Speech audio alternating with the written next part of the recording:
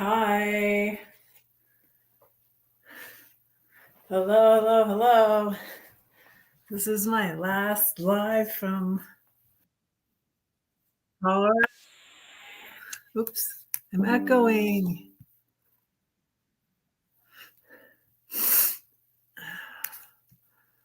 So, yeah, I'm really excited. I still have my chair left, but I don't have a light out there, and I don't. If I can't go live with a laptop in my lap and my food in my lap, so I'm on my mattress, which I think is sold. And my little lamp, I was like, I told this lady to get this lamp, um, my llama lamp, um, today. And then I'm like, oh, I won't have any light in my room if she gets that today. So she's going to get that tomorrow. And so that will work better. I'm still going to have my flute over here, and I have my candle, and I'm going to light this one.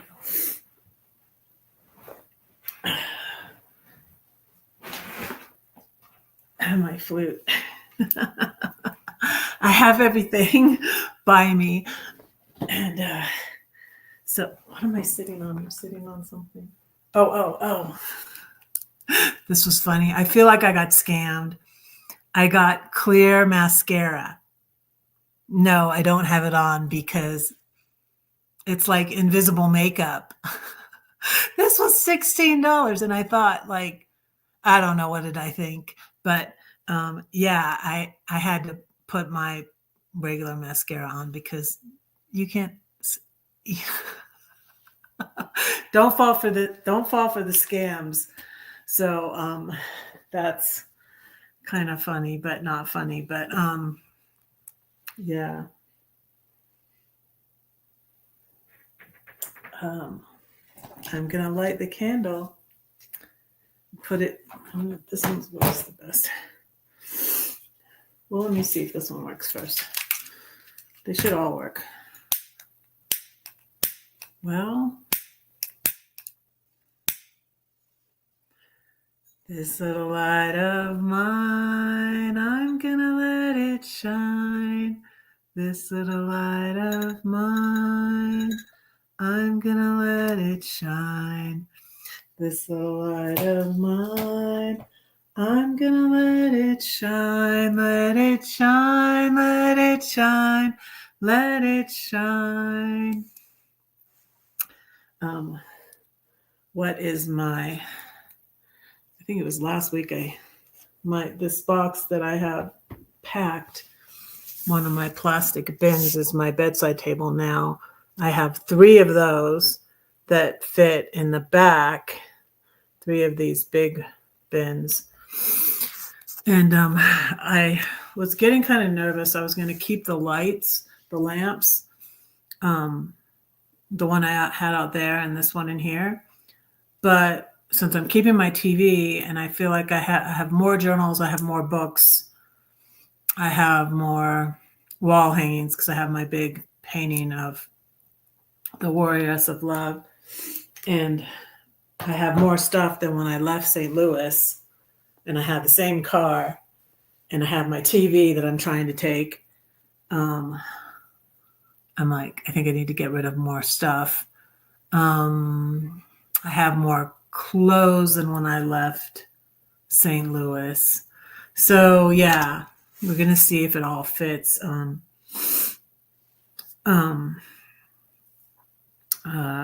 told Albert, Albert's gonna probably come over tomorrow night. If my TV doesn't fit, I'm gonna gift it to Albert. But I'm hoping, I think it might. I have 100 hangers, and now Goodwill doesn't take the hangers anymore. So I'm gonna find. I gave Albert some hangers already. This is my bag of hangers over there. What is that thing? No. What is this? Changes you may. So yeah, there's 90. I still have some hangers that I'm using in the closet, like 13 of them. I have 103 hangers actually. Gonna get rid of that laundry bag. I have a traveling, that bag over there is a traveling potty that I was gonna give to Charlotte, but it snowed. It snowed last night, so she didn't come by. I think I might ask her if I can put it out there in the garbage. She could go pick it up by the trash cans because Goodwill doesn't take stuff like that.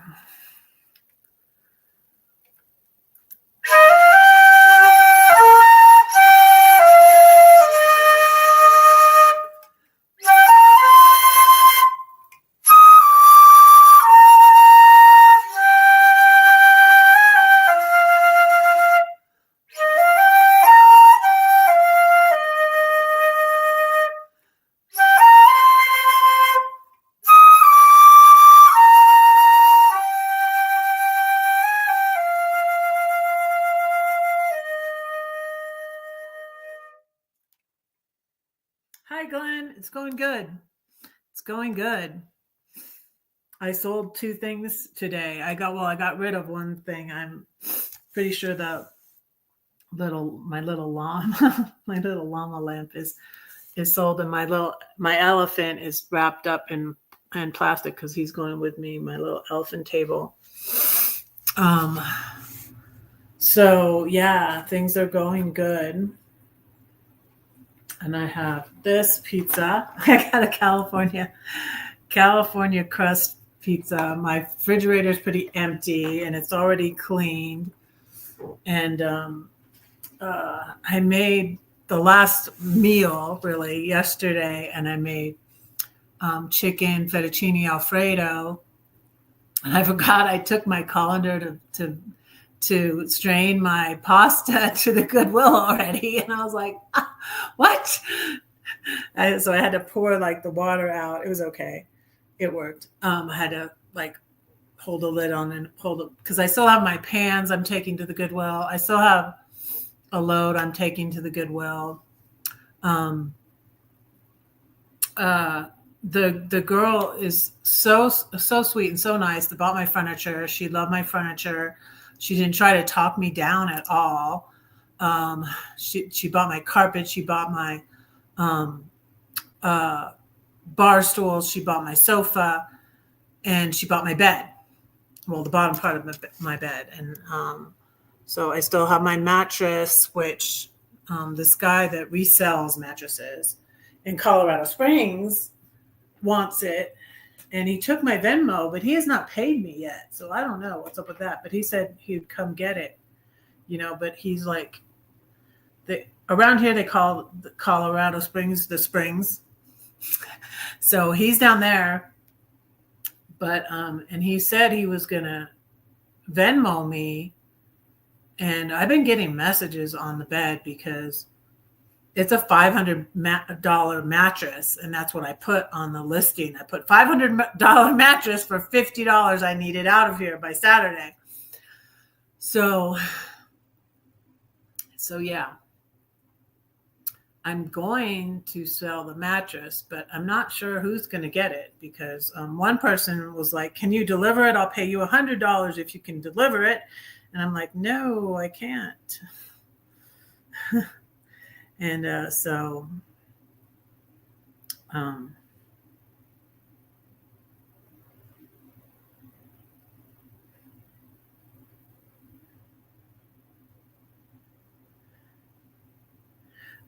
let me answer.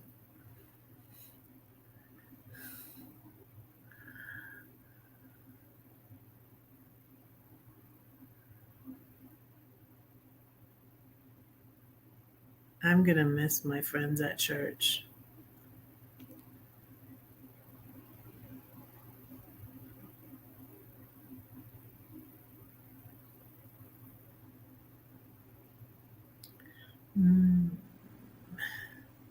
So Kari that bought my furniture is going to come over and get some of my pantry stuff because I have boxes of stuff. And hi, Brenda.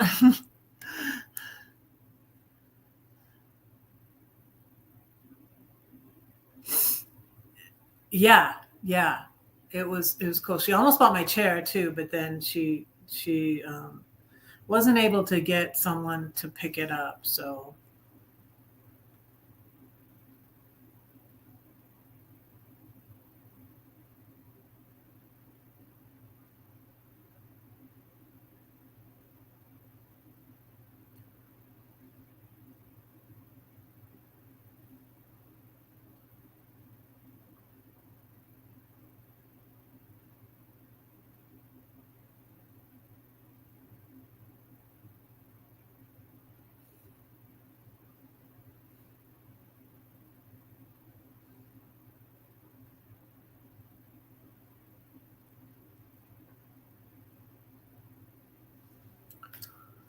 Um, so I got this California pizza with cauliflower crust and uncured pepperoni, and I put some extra cheese on it. I put some have some cheddar cheese. I have a little bit of stuff in there. Now I have leftovers to give Albert too. I have chicken fettuccine alfredo that I made last night, and so I'll use my pans. And so tomorrow I'm going to have to, at some point, take the last load to the Goodwill, and I hope I can find somebody to take my. I could. They're plastic. I might throw the bag of 90 hangers, which is 100 and I have 103 hangers actually, because 10 in the closet still being used, and so I might put those in the recyclable. I don't know, and then my camping potty that I was going to give to Charlotte. I'm hoping she can maybe come get it out of. She's not off again until Sunday. She's a young lady I met who's moving to San Diego too, and she's got a job at this restaurant, this nice restaurant in Denver, and they have one in San Diego, and so she's transferring. So let me thank God for my food. Dear Lord, thank you for this food, and thank you that I'm being able to move. Thank you that everything's falling together and my stuff is getting sold, and please bless all the people that bought my stuff, and thank you for all these friends and followers. I pray that you bless them, and thank you for this food. I pray in Jesus' name, amen. So, yeah, and the girl that came and bought my colorful lamp, it's in the video I shared. She's a teacher also, and like one of the first things I sold was this cabinet I got out of the garbage, this white cabinet, and that was a teacher also. And so I really like the stories behind some of the people I sell to.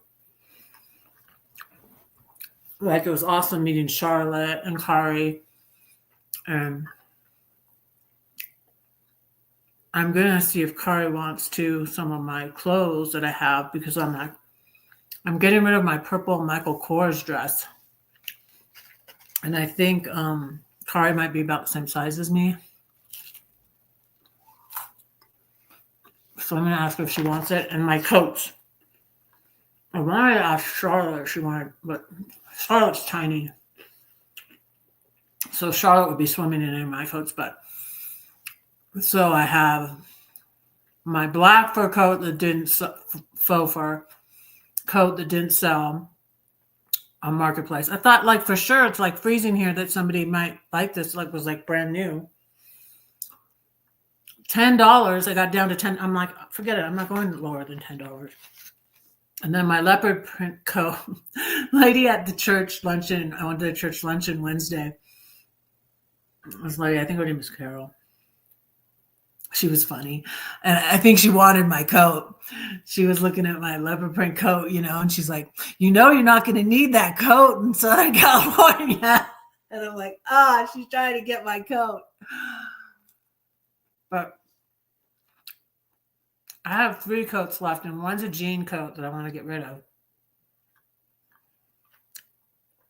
It's 1,096 miles, which I have done 1,000 miles in a day. I've done Houston to Denver, which I don't recommend. I'm probably going to stop somewhere, but I'm leaving on Sunday. I haven't got a reservation anywhere for on the way there because I want to find a place where, and I feel like I'm going to be so excited that I'm going to be driving a lot the first day. But see, I don't want to be getting to my Airbnb. I didn't make it in California. My Airbnb reservation is for Monday.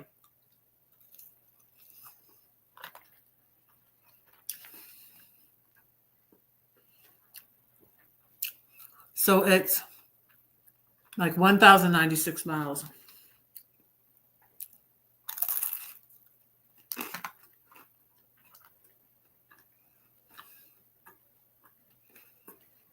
And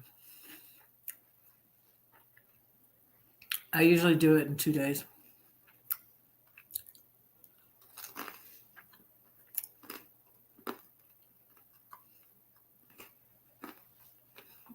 I want to keep it.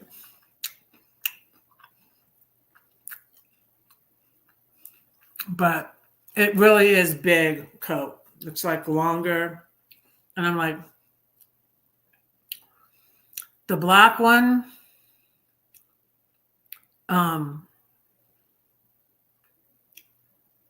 is a lighter coat and a shorter coat. And it really would be better for SoCal.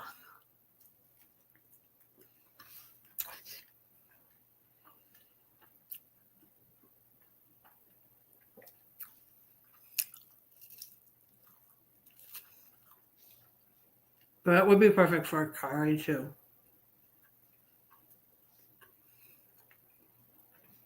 I might give her a choice and show her the 3 coats and say, I want to keep either the black one or the leopard print one. Hey, Elsa. Hi. And let her pick. And I think she would look really good. And I think she maybe should take the leopard print one because it's bigger and heavier and warmer than the black one. And the jean one, I was thinking like for Charlotte, because she can't, but Charlotte's really tiny, skinny, and petite. So I'm probably too big for her. And she wasn't able to come by because of the snow. And then she's working and not off until Sunday. So I think I'm going to message her, though, because I'm going to leave the potty by the garbage bins so she can go get it on Sunday. Because I'm going to be gone.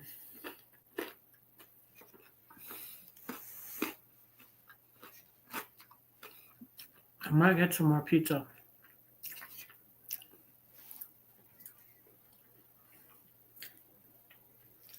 Do you guys watch the thing on Gabby Petito?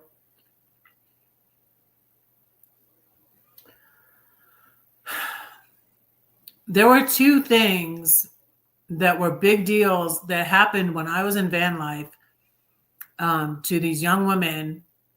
And I just related to both of them. And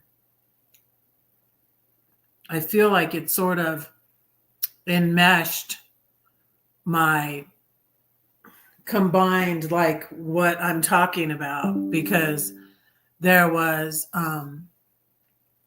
Life with Lee, who did van life, and she was bullied and then she took her own life, and that was in 2021 in March. And then there was the whole Gabby Petito thing, and that her parents are using that to shed light on domestic abuse and stuff, because man, those people, and they went to Moab. Moab was one of the first places I went in my RV. And I went to Arches National Park. And when they were in Moab, they had that whole thing happen, which was like, they so failed them. They so failed Gabby's family. If they had handled that right, they might have saved her life. It's like so sad. But let me show you my video from Arches. I think I posted it late. I posted it after. I wasn't like, one thing about and so the Life with Lee thing, that combined the bullying too, and then talking about mental health, and then the Gabby Petito talking about he was definitely a narcissist. Brian Laundrie was a narcissist, and I think his mother was too, from the thing, from talking about the show, because she had issues with her from the beginning, because she lived with his family for a while. And then she wrote him that letter, that said burn after reading. It was like, what? And said she would bury the body, hide a body for him.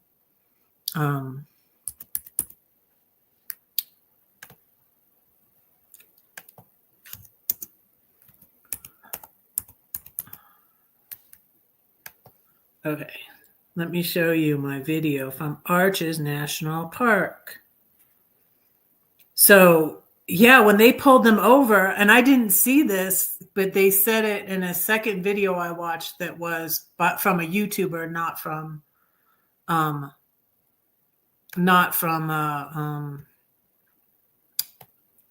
Netflix, but it was from a YouTuber, and they said they were near the entrance to Arches National Park, and I'm like, that's right where I was. And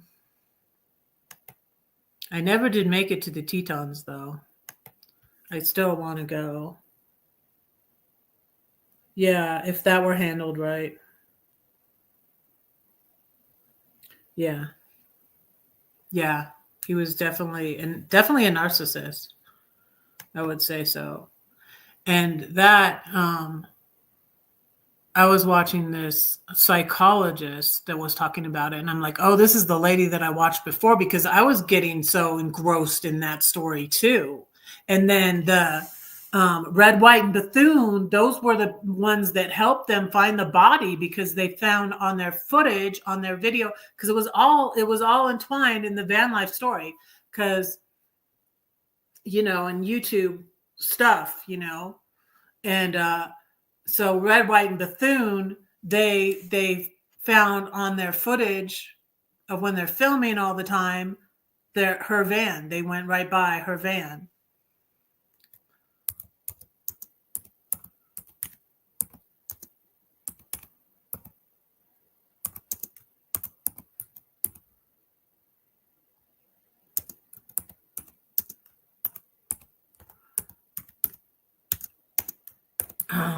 And when I was here, when I went through Arches National Park, I could have gone south the other way.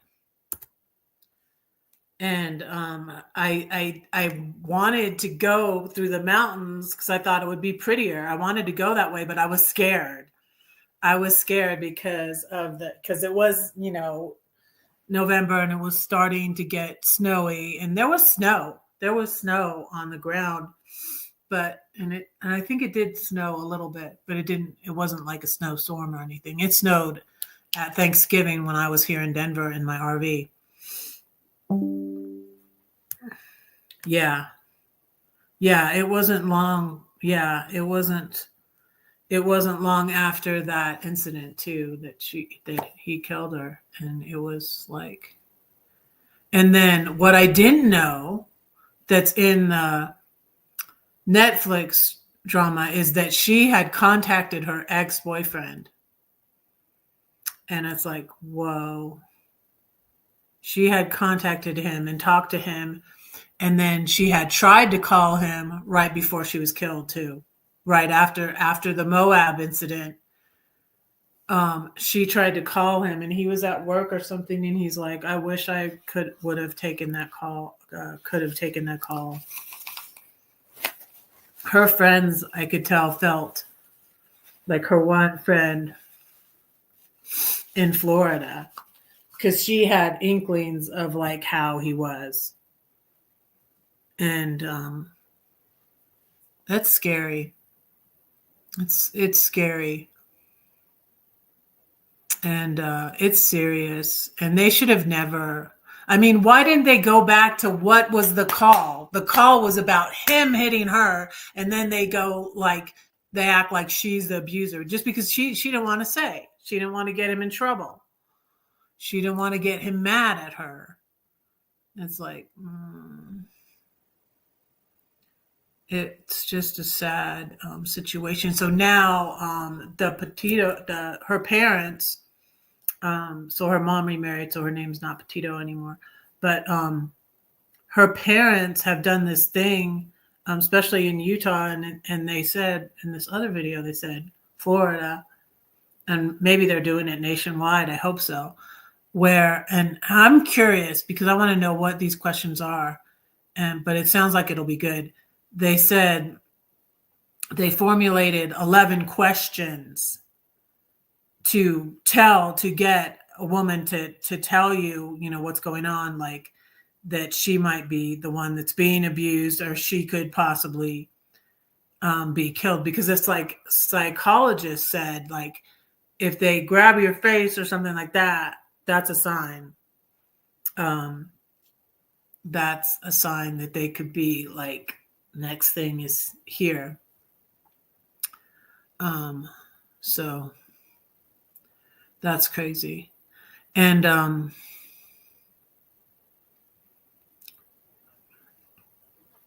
I dated this guy in Georgia when I was going through I'm away from God, and I'm like sort of experimenting with things, and because I had been so straight laced and so such a goody goody, and it was because of the date rape too that I became so just promiscuous for that short amount of time. But I dated this guy that was into S&M, and I decided like just like for a minute. He did some stuff at my house. He fixed some stuff at my house. It was when my house was first wait. No, I met him before my house was up for sale. That's right, because he met Blue. I think Blue did growl at him. But this guy found me because of I was selling the stuff on Marketplace, and he purposely bought something cheap from me. He bought my birdhouse from me, and it was metal. It was cool. It was a birdhouse, and express it. He was gonna fix it up or whatever, and it was a cool metal birdhouse that looked like a lamp. I was obsessed with things that look like lamps because of the Chronicles of Narnia and the lamppost in that.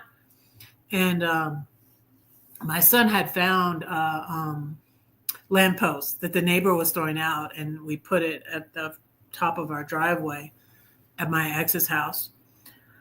And so that was pretty cool. And then they wired it so it worked. But so this guy bought that, and I was like,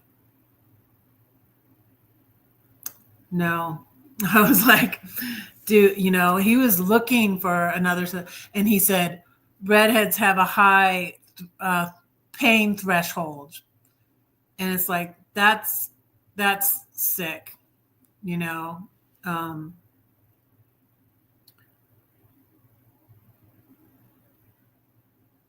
Oh, cool.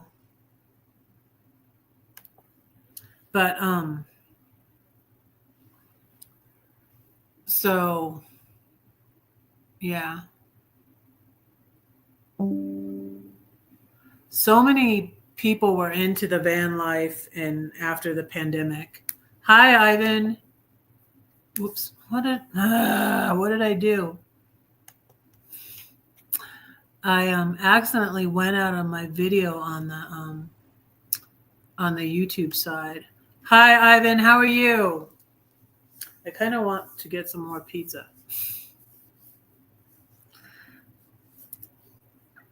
Um, so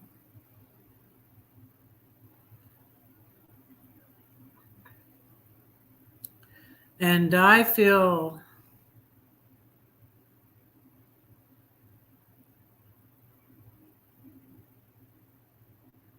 badly that like the things that happened to me, and I feel badly that I didn't educate my daughters like I should have. And I can remember when they released the picture, because my youngest daughter is about Gabby's age, and I wasn't talking to her. And when they released it, it seemed like they released a new photo when they found her body, and it just made me bawl and cry and cry and cry. And just because I feel like too that I didn't educate my daughters like I should have, and I should have known better, you know. Um, because, but I was naive too, and like I had that incident happen in 2017 with the date rape, but uh, but yeah, my daughters are just not informed, and it makes me concerned about them. And even I had an incident happen with my youngest daughter at a Walmart. You know how they always talk about all the crazy people at Walmart? There was this creepy old man at Walmart, and I should have said something to my daughter. But see, like I went through the same sort of stuff when I was a young adult, when I was like her age. And I think this was like when she was like 16, I think. But this man at Walmart was going on and on about my daughter. Oh, she's just gorgeous. She's just beautiful, and blah blah blah blah blah, and kept going on and on. It was so awkward, and I should have. I guess I was kind of taken aback too. I was just like, "It's not cool, dude. It's not cool." He was looking her up and down, and I'm just like, "Go away, creepy man." But it was just not cool. And I wish I would have said something to her about it. I wish I would have, you know, said something to him too. Like, hey, that's not cool. Stop even looking at my daughter, you creep. It was really, really, really awkward. It was really awkward. But yeah, I think I'm gonna go get some more pizza. I'll be right back. Oh wait, you want to come over here? Come with me, and I'll show you my stuff. Oi. I'll show you my stuff and how empty it is. And so this is my stuff that's going in the car. And yeah, I'm concerned because there's a little more stuff than before. And that's not all of it. It's not like my suitcases. My suitcases are in here. My suitcases are there. But and my TV, I'm gonna bubble. I got the bubble wrap here for my TV. My TV's over there. It's 55-inch TV. And so the girl's coming tomorrow for the chair.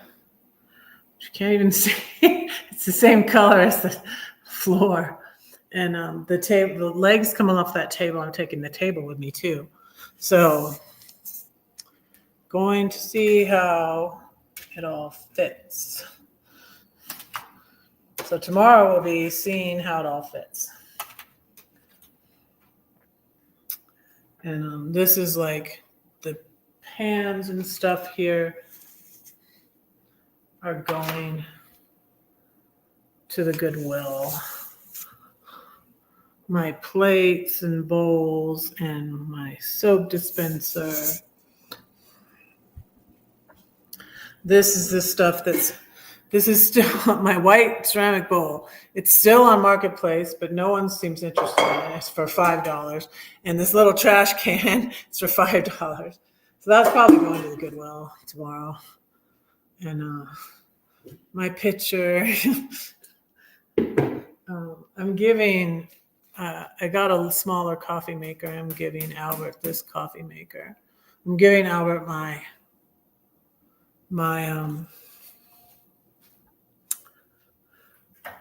and this is all the stuff that Kari's going to come for. The pantry stuff, and then stuff in the bathroom they don't want to throw away. And then a bag of clothes. So these are the jackets that I'm going to see if Kari wants, or otherwise I'll take this one to the Goodwill. And this one, I'm either going to keep this one, and this one's like shorter. It's not as warm. But this is a really warm one. I almost think that I should give this one to Kari. I think it would go good with her. I think she might like it. I don't know. And then Albert's going to get my vacuum cleaner. And this is the thing I'm going to sleep on. Just probably going to have to throw it in the garbage. I hate to do that. But I might put it out there. I might see if Charlotte wants it and tell her it's out there by the garbage, and I'll wrap it up in plastic. And so maybe, because I hate to be wasteful and throw anything out like the people do here. And I have to take the fan. I'm taking the fan to the garbage. These are my stuffed animals. I got one whole bag of stuffed animals and my rubber ducky. My rubber ducky. Which I'm glad I didn't take to Freya, because Claire probably just would have thrown it out. She throws everything out that I give her, including the book that I wrote. So it really ticks me off. I got another teddy bear. I love the teddy bear. I don't think I'm going to be shopping before the conservatives were mad at Target, but now they took away DEI. But the teddy bear that I got Freya and them at Target, they got rid of also. And I have bought myself another one because I loved it so much. Hey, Betty, how have you been? Definitely burner style coat. How have you been, Betty? It's good to see you. Pre-retirement days. Hi. I'm eating pizza. This pizza. And I put extra cheese on it. And I've been so cold. It's so cold. It's,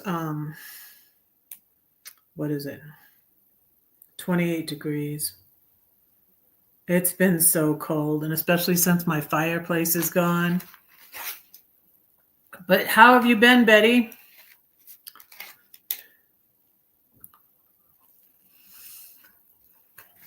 And I wanted to say again, I haven't seen Gracie in a while. I had got Gracie's Christmas card. It was kind of late. I closed my P.O. box and she sent a prayer. Above all, love each other deeply, because love covers a multitude of sins. 1 Peter 4:8.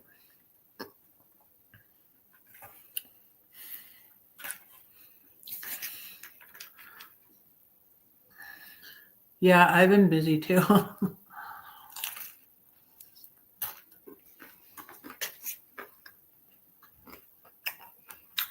What kind of pizza did you have, Ivan?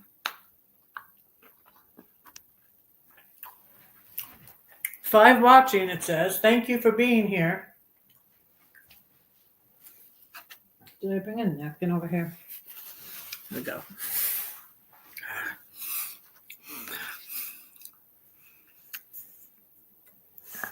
But yeah. So all I have now is to sell is the bed and my little llama lamp. This llama lamp. Isn't it cute? I put it in baby stuff. I'm like, yeah, it does look like a kid's lamp, but I bought it for myself.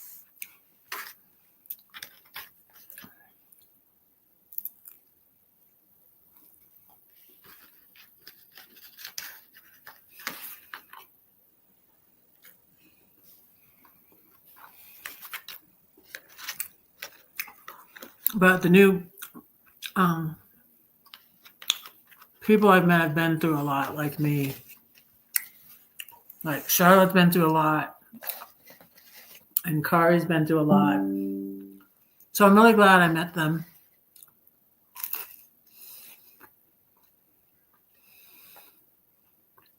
And was able to bless them with my stuff.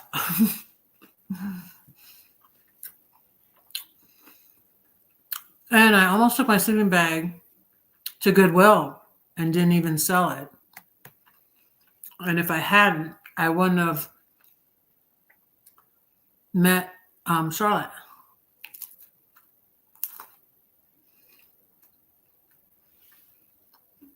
Don't be embarrassed. It's just store-bought pizza.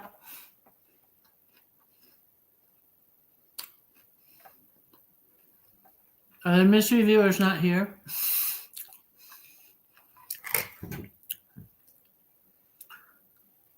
Oh, they'll probably be here. I usually get more views on the replay, so I'm glad about that.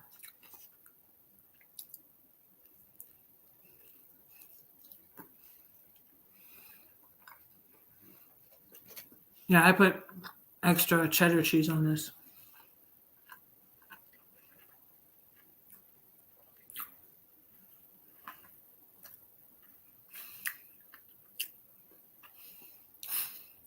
You feel better.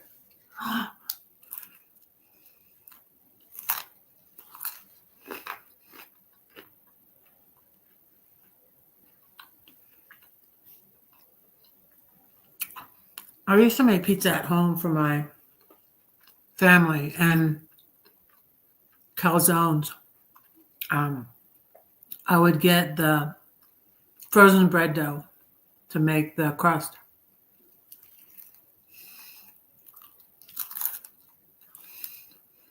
But I haven't done that in a while.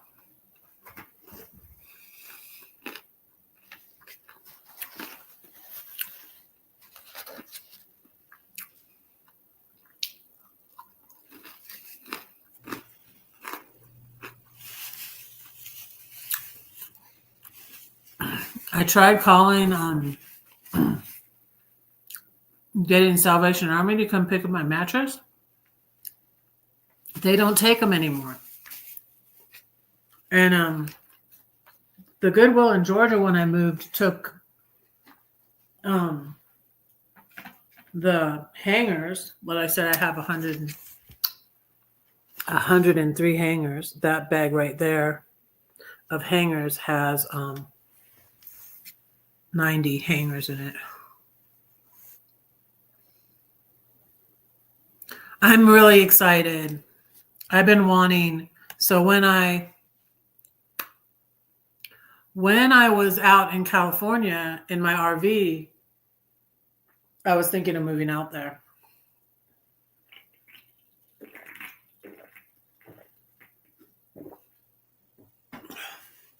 It's where I wanted to go. Always. The reason I came to Denver is because my son was here. and then he moved. And like when he moved, because I kept getting like a 6 months lease. I don't know. That's how it ended up that I'm leaving in February because I moved in August because I would get a 6 months lease, but then I got a year. I don't know. I think I might have gotten a 6 month lease twice. And then I got, I don't know. Or maybe it was just one time because I kept thinking I'm going to move to California. And I thought of buying a place here. When I first came here, I almost did. But then I'm glad I didn't um, because my son ended up moving. And then I got the job I was thinking about that because I went and donated some more books. I have too many books. I still have too many books. I mean, I don't have 1,500 like I did in Georgia, but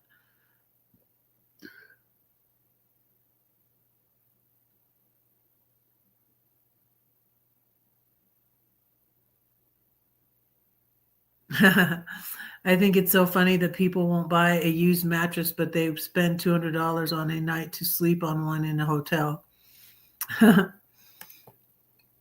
Yeah, well, the Salvation Army, when I called the Salvation Army, she said it was because, and I can understand this with like baby beds and stuff. She's like, we can't take beds anymore from, but she did say something, and then this was, yeah, this was yesterday. Um, she did say something like there was some veterans place, maybe she said, but then she said we don't take them anymore. Because at first she sounded like they were going to take it, but then she said they don't take them. But anyways, I'm glad I listed it because a lot of people I've gotten a bunch of messages on it. And the guy, I think he's going to get it. He took my Venmo. He hasn't paid me yet, though. But I think he's probably going to get it if he, because was going to schedule a pickup, he said. And I looked at his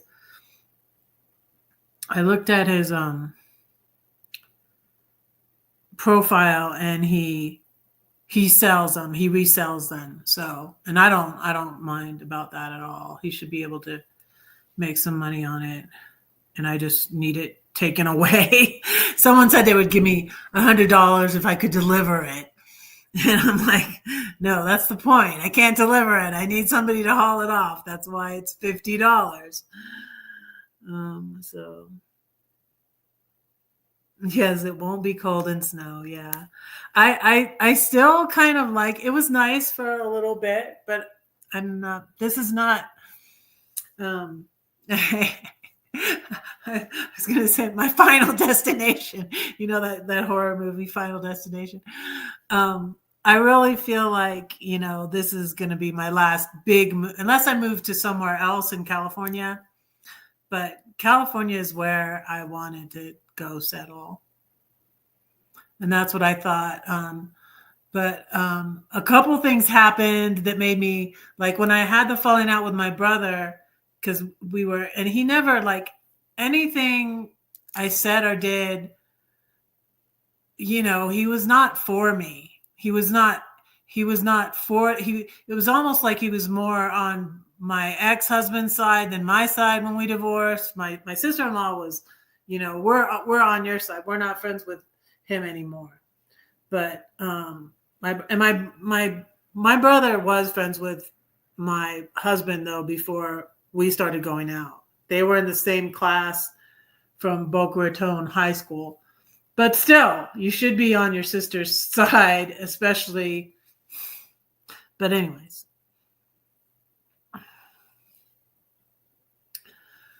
So when I had the falling out with my brother, because I was in Southern California for a while, and my RV was at my brother's house. But when my sister-in-law passed away, then I went to visit my I went back to St. Louis for a month to house sit and doggy sit for my friend in St. Louis. And that's when I got all involved in the YouTube community too. And that really got me going on my YouTube, and I started going live and all of that. And I was like, popular, you're gonna be popular. Yeah, in that YouTube community, and then that all fell through. There's this. I found this book, Create Your Own Calm. I found this book, and it has beautiful.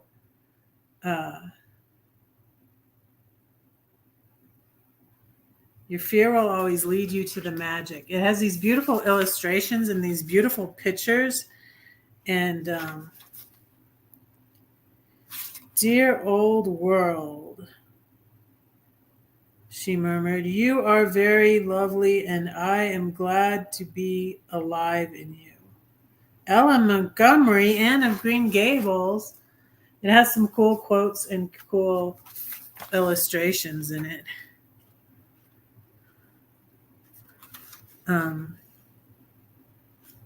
But yeah, I knew that Goodwill, my brother Christopher worked with Goodwill for a while when he was in Texas.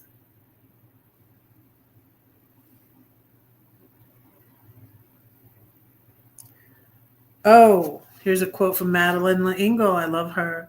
We are all strangers in a strange land, longing for home, but not quite knowing what or where home is. Madeleine L'Engle. A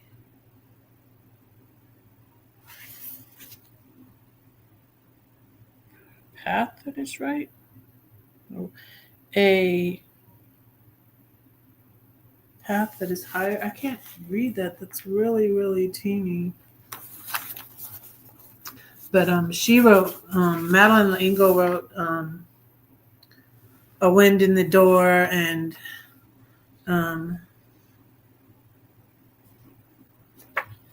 stuff like that. It's Jane Austen quote.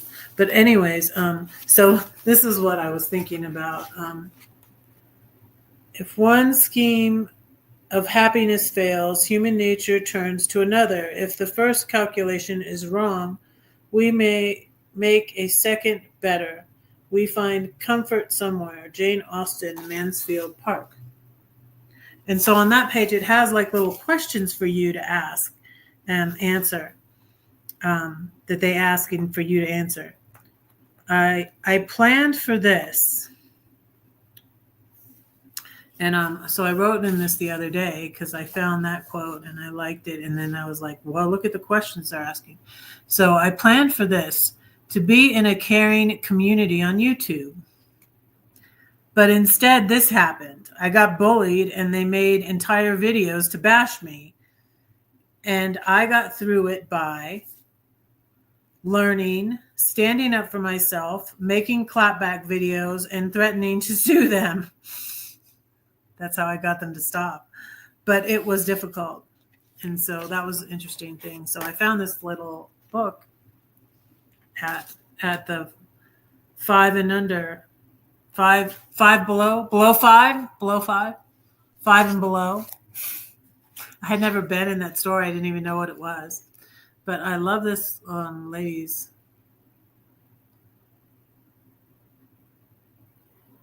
I love the pictures and the quotes. When you arise in the morning, think on what a precious privilege it is to live, to breathe, to think, to enjoy, to love. Marcus Aurelius quote. Here's one from Thich Nhat Hanh. The source of a true smile is an awakened mind.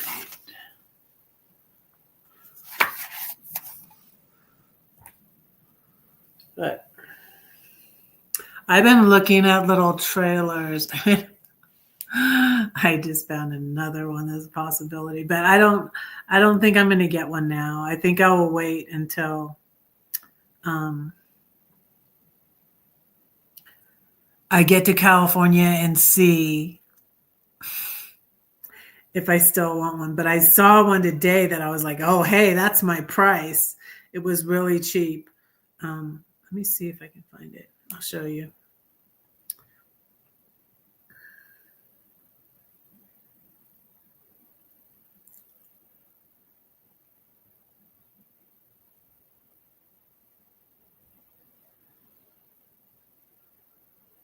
Let's see. Oh,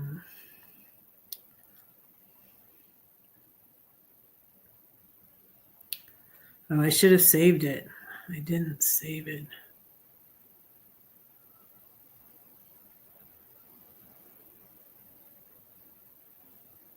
But since I've been looking at trailers, so it kind of, they pop up.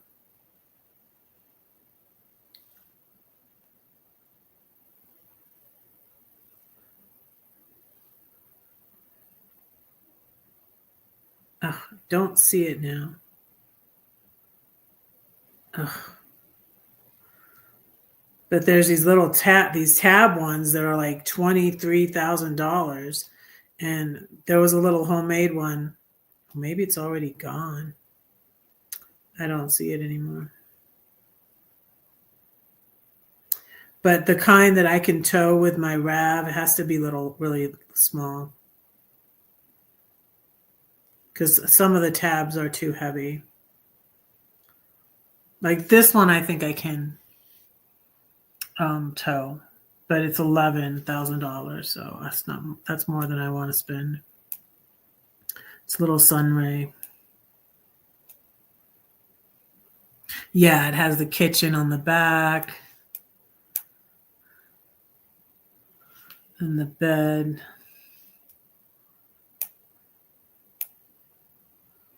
They're very tiny, tiny, tiny.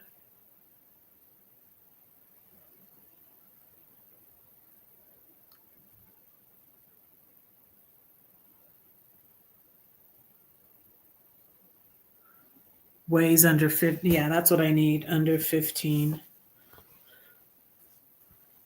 Is there a bug? Yeah, I need under 1,500 pounds. Yeah, I already know I really like San Diego. I already know I really love San Diego. So yeah, even my brother and I went down there, and it turned out he just wanted to go gamble. It was right after his Joyce's memorial too. Um, we went down there and look around, but he's just so and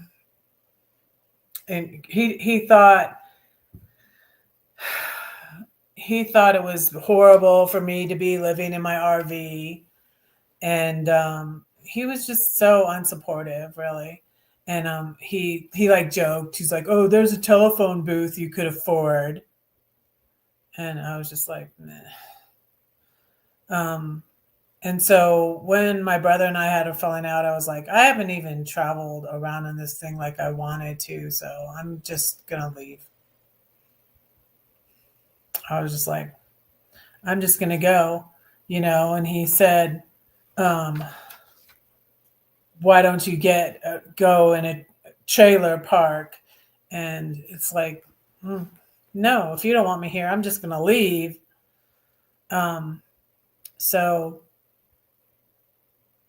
yeah, I was like, it was funny because like earlier the same day we had the disagreement, and like I hadn't hardly talked to him in like weeks.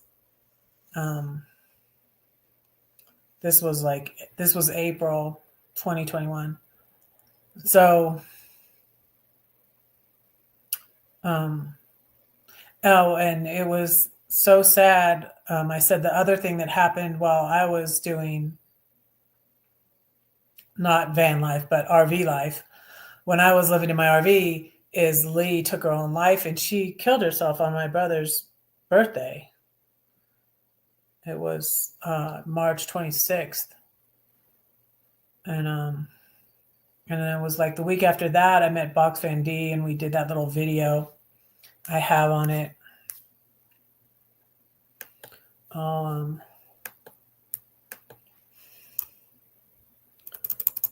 I'll share that again. Oh, wait, did I share this? Let me share this on my community tab first.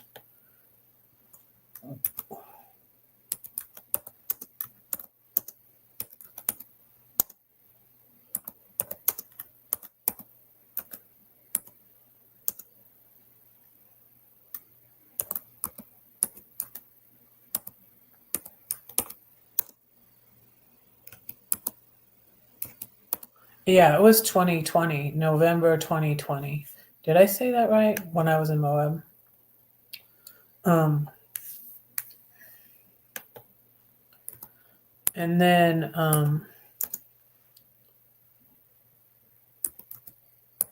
it was right after Lee, Life with Lee, took her own life because of bullies on YouTube, that I met Box Van D and Tanya from Van Life Voyages, and we did this video on depression and suicide.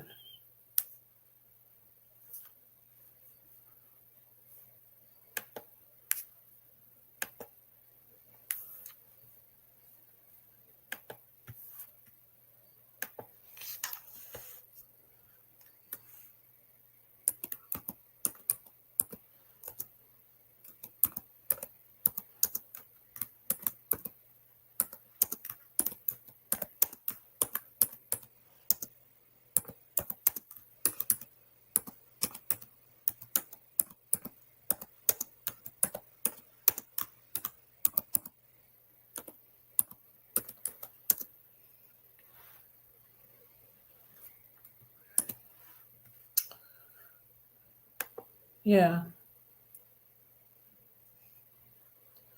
So, yeah, I'm so I'm so excited about moving.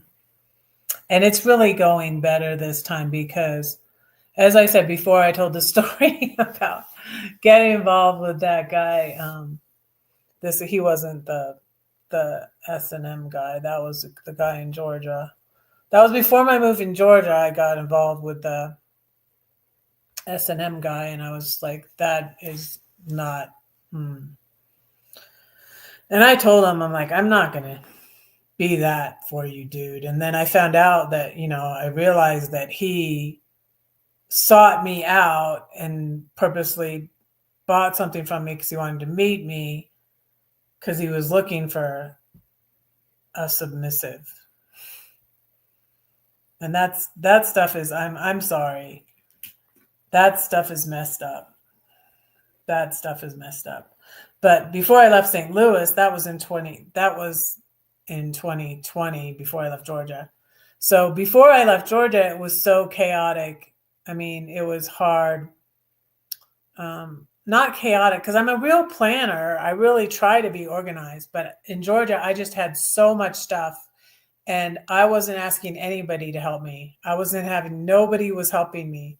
My kids were not helping me. My kids were being just horrible to me. That was why I left Georgia. My kids were being horrible to me. I would try to text my oldest daughter and say, do you want this Cabbage Patch doll? My oldest son did come to my house on Christmas, and I gave him a wooden car that my dad had made. I ended up with a whole big box. It was like a huge box. It was like, because my dad made them so many wooden things when he was into the woodworking. I've showed you some of the things that I kept. One I got from my brother was a wooden box that I had my jewelry in, and I packed that up. And then my name carved in wood, he did that. And then the little puzzle for my son that I found the eye to. And then I wrote a poem about everything. It's cold. Put my hat on. But so yeah, so and then so when I left Georgia, it was just like so much stuff that I still was left with stuff at the end, and took me 3 weeks to just get it all so I could fit everything I own in my car. And then I had everything in my RV, and like I was ready to move out to California then. But the two things that happened too, and then the YouTuber that I was crushing on, he was in the San Diego area. And I was like, oh, it's perfect, and I was all in like limerence. I have a little video on limerence too. I was all in limerence with this guy, this van life guy, and he was in San Diego. And then after that, I was like, I don't know that I want to move there. Because he really got the bullying going. Because, yeah,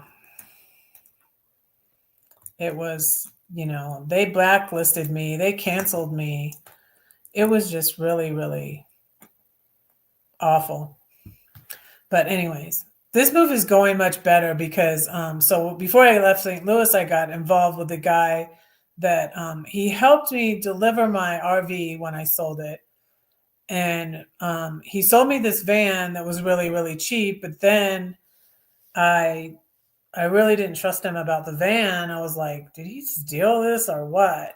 And what I think he did is he got the van running, but I think this van that I bought was actually totaled out, and he wasn't supposed to sell it. And I don't think I was going to be able to get tagged. I didn't even know if it was going to make it here. And I so love my car. I got out of debt when I left Georgia. And I'm so thankful for that. Because I was like $40,000 in credit card debt. And so selling my house, the smaller house I got in a divorce, was all paid off. And I was able to pay off all my debt. So I had no debt, and pay cash for my RV. My RV, if I remember correctly, I think was about $30,000. Was it 2007? So I was really glad that I did that. But now, and since I got the money from my dad, the only debt I have is my car. But I love my car. It's a 2020 RAV4 Toyota hybrid, and I am so glad I bought it. But then I sort of, and I knew this relationship with this guy wasn't going to be a long-term relationship. And so I was just really upset because of the falling out with Gladys, because of the horrible roommate who couldn't flush his shit down the toilet. Excuse my language. I was really upset about that. And that's really why I had met this guy before. I had hooked up with him before, and then he contacted me right before I was going to leave St. Louis and was like, when are you coming back? He thought I was traveling around in my RV. He said, when are you going to come back to St. Louis? And I'm like, I've been sitting here for 7 months, guy. I've been sitting here for 7 months, man. Because I wasn't wanting to. I wanted my next relationship to be a long-term, lasting, real relationship, and I knew he wasn't. He's 20 years younger than me, and his mother died, I think, of drug addiction too, when he was a teen, probably in his 20s, I think. He was 36, right? 30, yeah, 36 was 2 years ago. I was 56.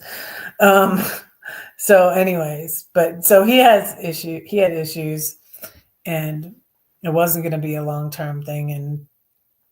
It was just, and I was kind of like fleeing him, and he was like offended that I didn't want the van. But like, dude, I paid you for it, and then he never paid me back. But it was $2,500. So anyway, so I was out that, and I sort of fleed St. Louis, like I fled Georgia, and this time I don't need to flee, but I'm leaving. this time this time it's not as stressful a situation, I guess, and I don't have as much stuff. It's a lot chill, a lot more peaceful, and um, I'm glad I didn't have a falling out with anybody. I felt like, yeah, I kind of fleed Southern California because I was there from December. I arrived in December 2020 to Southern California to my sister-in-law's, and she was very ill. And I didn't even know, like, they didn't even tell me before I got there that she had gone into the hospital after Thanksgiving, and she had had congestive heart failure. And so she was on the decline. Um, and really felt privileged. And my brother at that time, he was thankful, acting thankful. He even gave me this thing for Christmas that was it was a it was a wreath. I think it was a Christmas wreath that said welcome on it. Welcome me then, and I was going to move there then. But I did want to travel more in my RV. So anyways, this gave me the opportunity um, to travel more in my RV. And I was going to use that place as a base, and then I was waiting on the money from my dad and try and buy stuff with the money from my dad when I got it. But then my sister-in-law passed away on January 9th, and I was always closer to her than to my brother. And so and things were very awkward because he was not happy. Well, he was not happy because his wife passed away, but he was also not happy because Trump lost. And I never talked to him about like if he thought the election was stolen. He might have.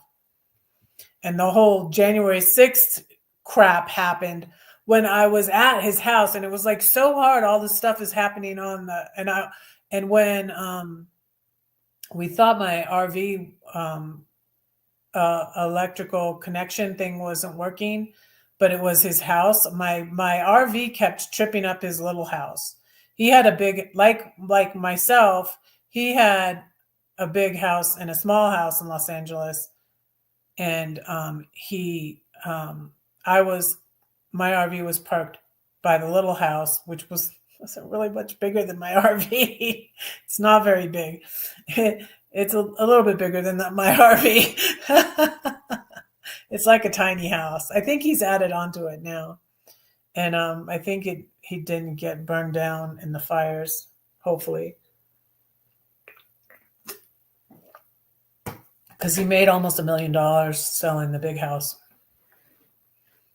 So, well, I don't know how much he had left. He wasn't paid off. But yeah, he made some money on selling his. But he said he didn't ever like that house. But I'm like, you lived in this house for 20 years. What are you talking about? It was his wife's house. But he did just like my dad did. He does a lot of things just like my dad, only he hates my dad, which is kind of ironic. Yeah, like he got with some crazy woman right afterwards, and that was the one. She wanted me to leave. She didn't like me. So that's what happened, why we had a falling out, because he was with this hoe, and the hoe said, you got to go. The hoe said the sisters got to go. And I didn't realize they were involved. And then I was like, oh, I see. I understand what's going on here. So Yeah, that's what happened there. And so, yeah, for a while I was like, maybe I don't want to go to Southern California. And then, I traveled around in my RV for a while and I even went back to Georgia. I should not have done that though. At least not to where I lived. I shouldn't have gone back there. But it was a learning experience. And I got locked out. Okay, let me share you that video. Let's see.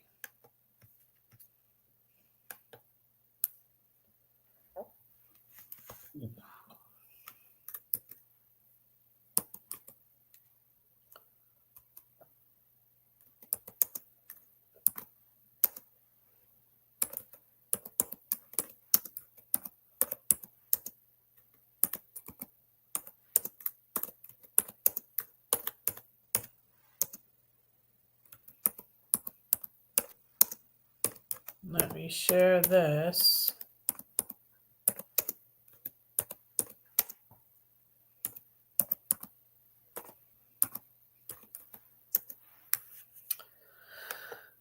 So,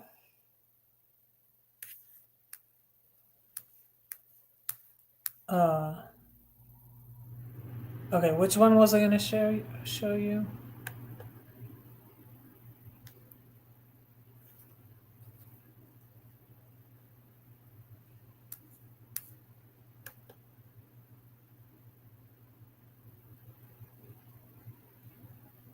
Oh, when I got locked out of my van. When I got locked out of my RV. Who is this guy?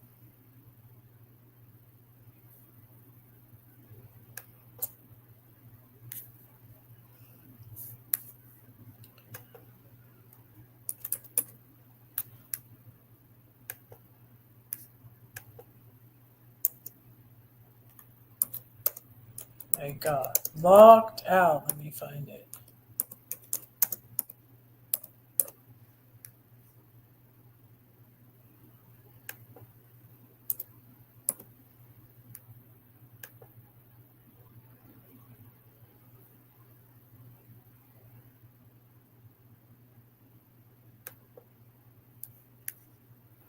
Oh, let me show you this other video too.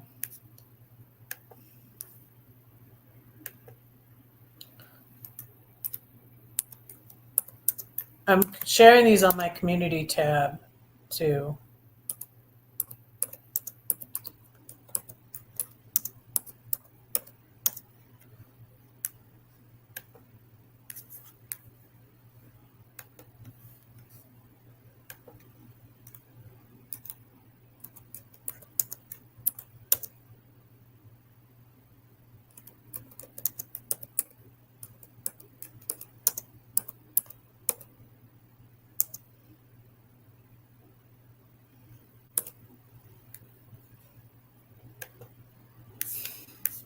Oh, and so another one came up. Let me show you.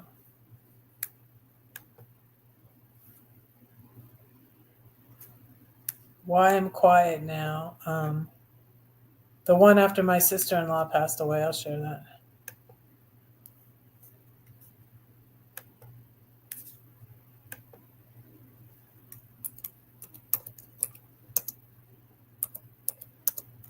My brother's dogs are in this next one.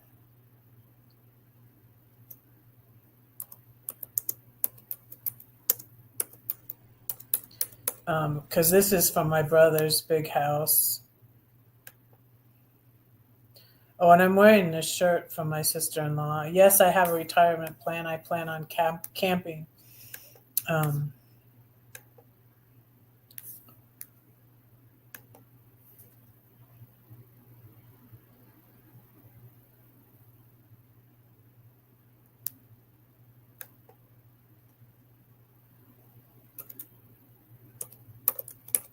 So my sister-in-law was,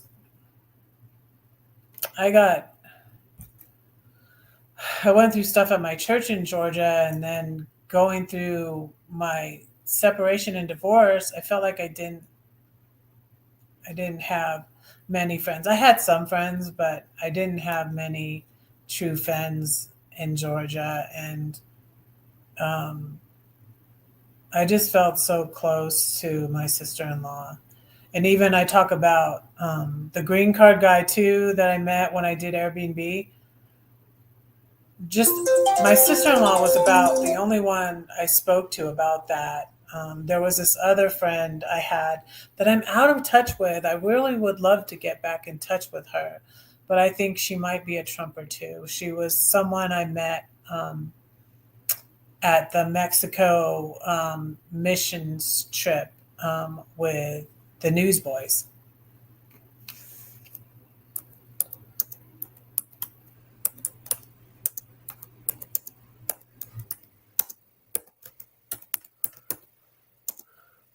Someone in the YouTube community, I remember her saying, "Oh, you were just so depressed," like because that was like she considered that it was like when I started doing videos. But I did some videos before that.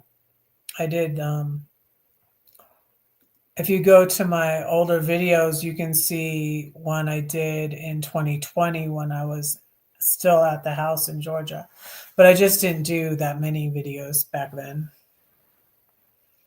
But yeah, let me share this one here. But that was when I was out there from December 2020 till April 2021. My RV was mostly at my brother's on my brother's property, and I went to some places during that time. Like I went to the Alabama Hills, and I went to went to I went back to St. Louis for a month, and my RV was at my brother's. Then I don't know if that went through or not. Let me see. I don't know if that went. I went to share that on my page, but I'm not sure if it went or not. Let me see. Oh, I did. It did. Okay. Shared it twice by accident. Oopsie.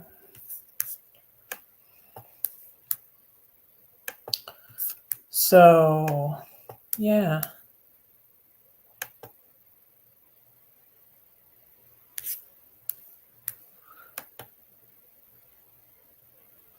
One hour and 22 minutes for watching. Thank you all for being here. I appreciate it.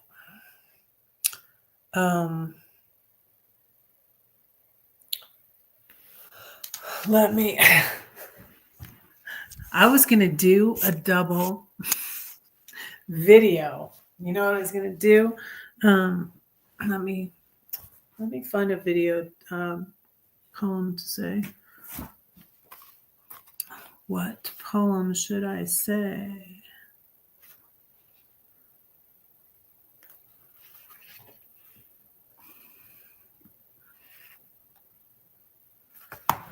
Okay. I found a poem to say from here. I'm going to do a double, since I do my live on my computer and I usually record my videos on my phone, I'm going to record a video while I'm live.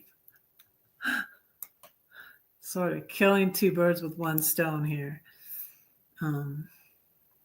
Like my stand has been sitting over there, and since I'm not doing videos every day anymore, doing the devotion, I might go back to doing those. I kind of miss doing them myself, but they weren't as popular with you guys. I like doing them though. The devotions were always for me. I started doing the devotions when I came back to God, and then I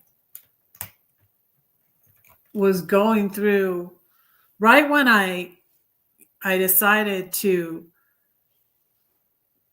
come back to God. I was away from him, and I was mad because of everything that had gone on in my life.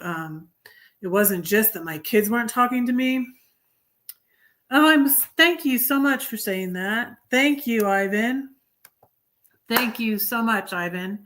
I really appreciate that. I'm enjoying y'all being here. It's really difficult. Like most people watch, I get up to 30, 40 views on my lives, but I don't get the views when I'm live. I get like 5 are here right now, which I really appreciate. But I enjoy the interaction with the people that are here like right now. And like when people come in late and stuff, sometimes I would be live for a half an hour. And this never happened before when I was in the other YouTube. Yeah, because I was like popular.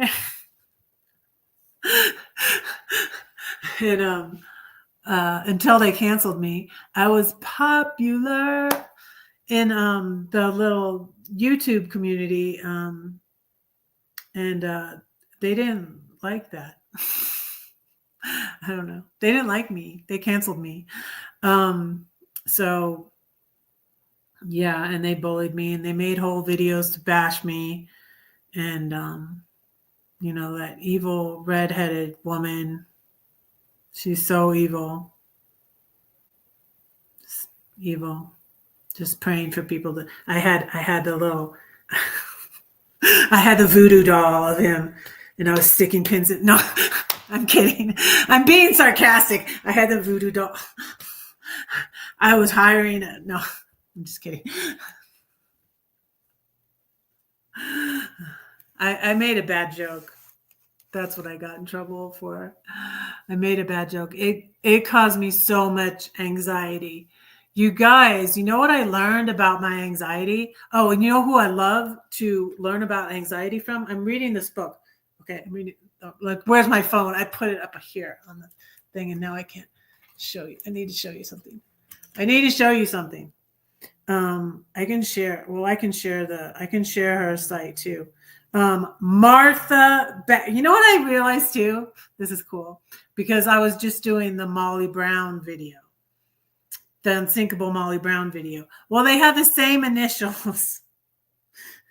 Margaret Beck. Do you believe in reincarnation? Martha Beck. Beyond Anxiety. I'm reading this. But before, it was around the same time that the YouTube bullying happened, is that I learned why sometimes what causes anxiety is it's in our DNA, it's in our nature. People need people to live in, especially, years and years and years ago, however long, I used to say we weren't here millions because I used to be strictly the Bible. We've been here only 1,000 years, but I don't know. But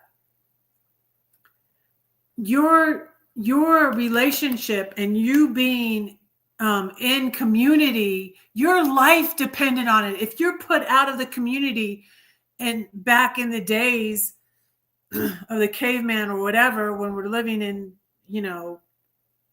caves or, you would die. So that's why it caused me so much anxiety.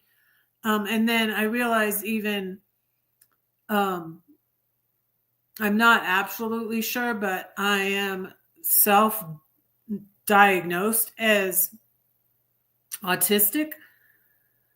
So I think I'm on the spectrum somewhere. And I found out last year. Yeah, it was early last year. I found out I have ADHD. And then I was looking into the autism thing and I'm like, oh my God. And then there's a thing with that where they have rejection dysphoria even. But anyways, but even without the autism, we have a need for community. And then when people put you out of a community, that's why it caused me so much anxiety. And this is like the third time, it happened with my church in Georgia. And then it happened with my kids and my ex-husband turning my kids against me. And so I keep on getting, and I'm just like, gosh, how many times is it like, God, make it stop? And I feel like he is making it stop through what he's teaching me. And he's teaching me how to connect with healthy people who are loving people who aren't going to do that to me. And he's teaching me about safe people. And because, and that's why, like, when I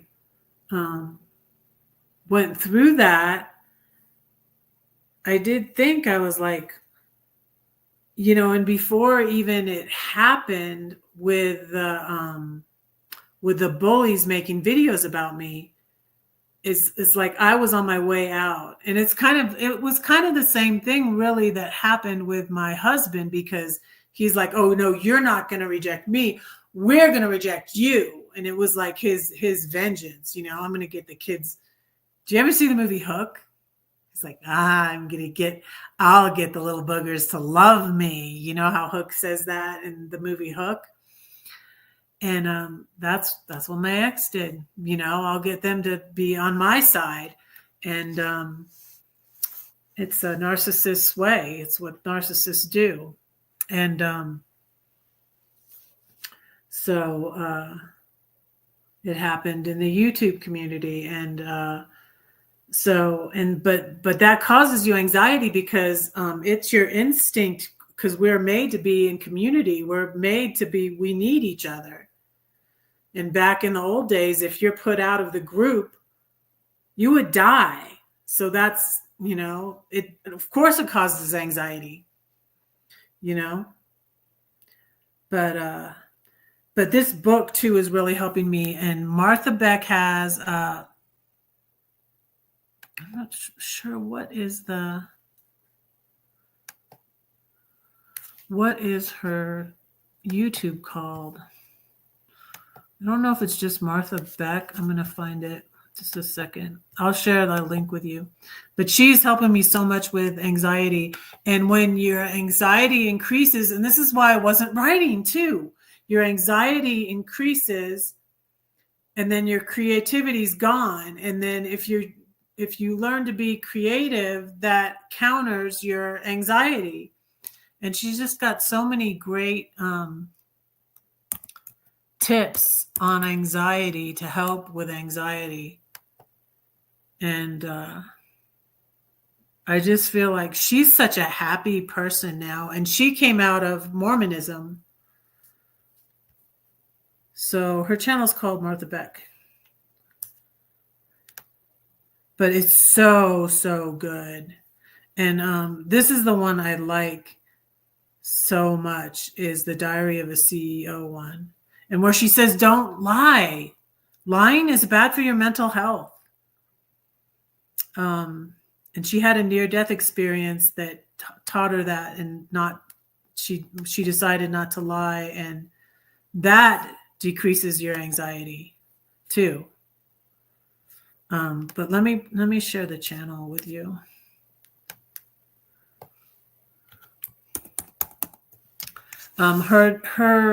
Okay, so the podcast I think is called Bewildered.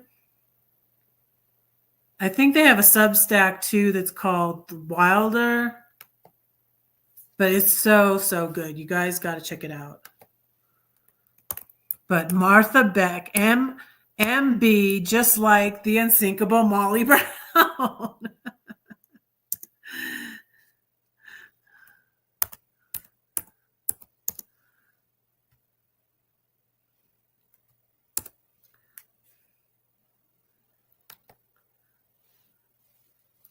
So there you go. There's that channel.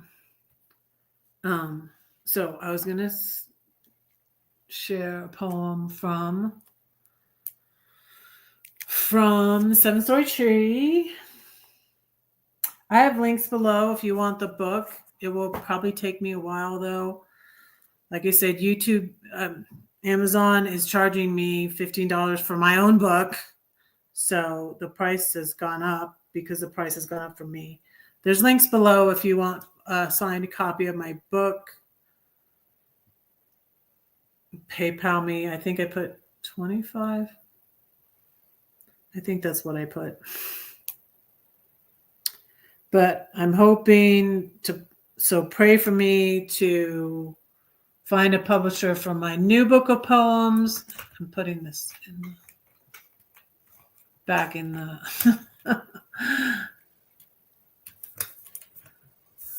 my stand here. Okay. There we go. And also to get my elephant poem. Oh, it's funny. Texas Paul, when he talked, is it Texas Paul? No, the Lincoln Project. The Lincoln Project is a good station. Because the Republican Party is gone. Like any Trumpsters, you're thinking like, oh, I'm a Republican, I gotta stay. That's not the Republican Party. That's just MAGA. But anyways, the Lincoln Project has a thing called Elephant in the Room. That's what my book is about. So I'm hoping to get my children's book republished also. But I'm going to do a double video here.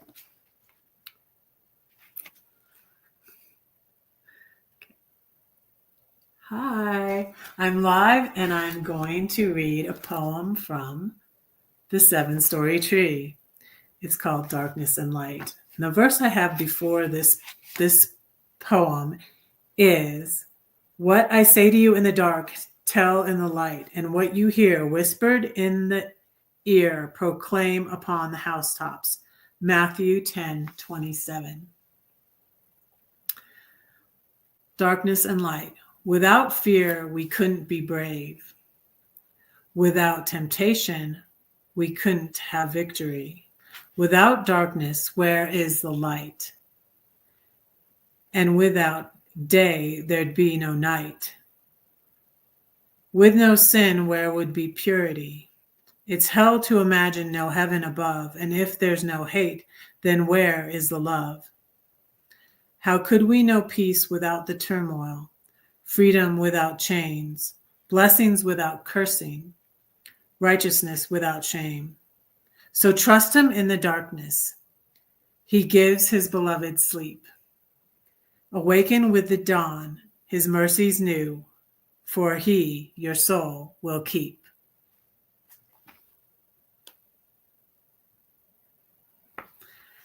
There. I did 2 videos at once. Yeah, I got to get back on the videos when I get to California, but I'm going to have a lot of stuff to do. I need to get a new P.O. box when I get there. And I'm going to probably put my stuff in storage. I think I'm going to put my stuff in storage because when I rent a room, I don't know like how much space I'll have and everything. And so a lot of my stuff I have is for when I get my own place. And I'm not sure. I'm going to look around. So I'm really particular about roommates now, since that's why I didn't have a roommate here. And I'm really thankful for the time I had here. And like God, like I feel like God showed me it afterwards, because being codependent and the way I was, and learning not to be codependent, is like, I don't deserve anything. I don't deserve to have my own place. I don't deserve that expensive apartment. I don't deserve this. I don't deserve that. I don't deserve anything. I'm not good enough. And that's a bunch of, now I believe that's a bunch of, that's BS. Okay. This is my ex-husband's initials, BS. Thank you for coming in. Thank you so much. I'm so glad you came back, Betty. Thank you. Have a good night. Yeah, I'm just about done. I'm not going to go more than 2 hours, but thank you so much.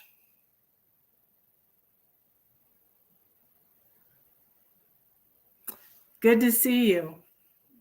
And we will pray for you. I'm going to make my little prayer list.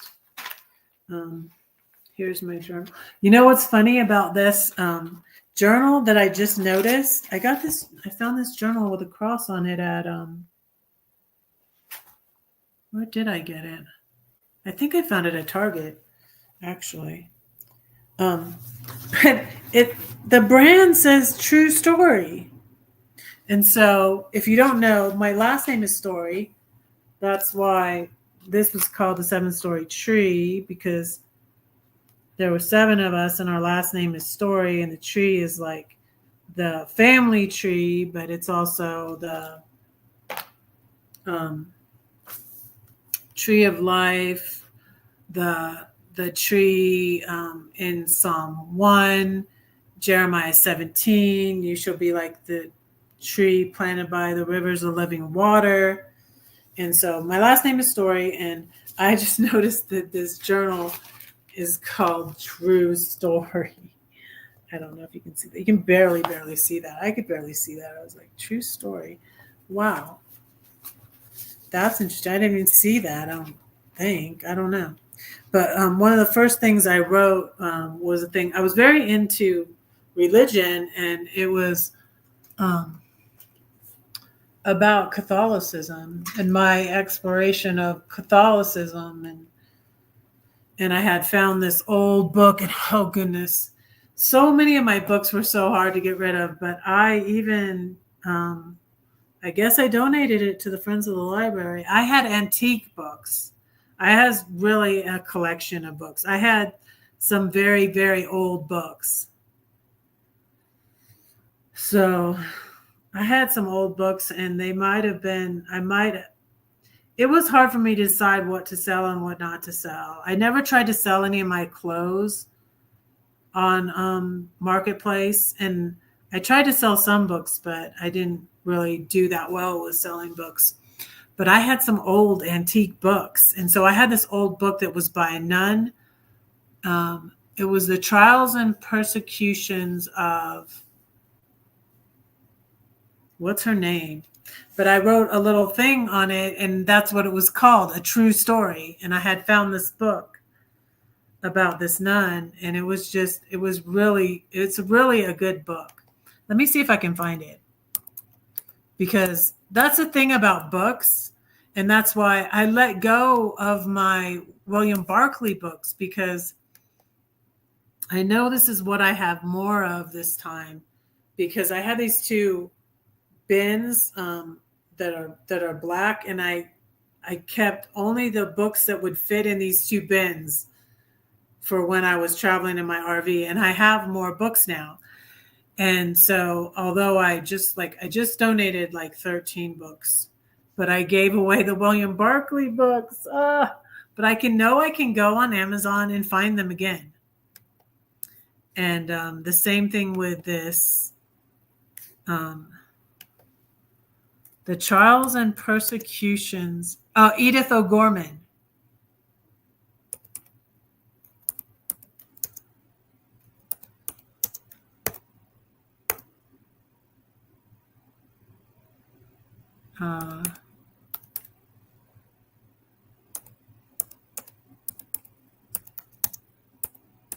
And I bet it's a lot. Oh gosh, I hope not. Because I was just like, I'll rebuy this book, but I wanted the one I bought for $2. I found it for $2. Oh my goodness. They don't have it. No. Are you kidding me? It's gone. It's an old book. Oh my goodness. I may have to go into a...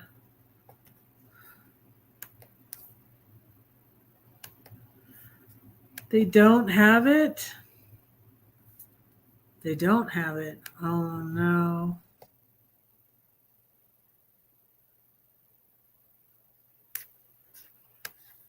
But yeah, I had these old books.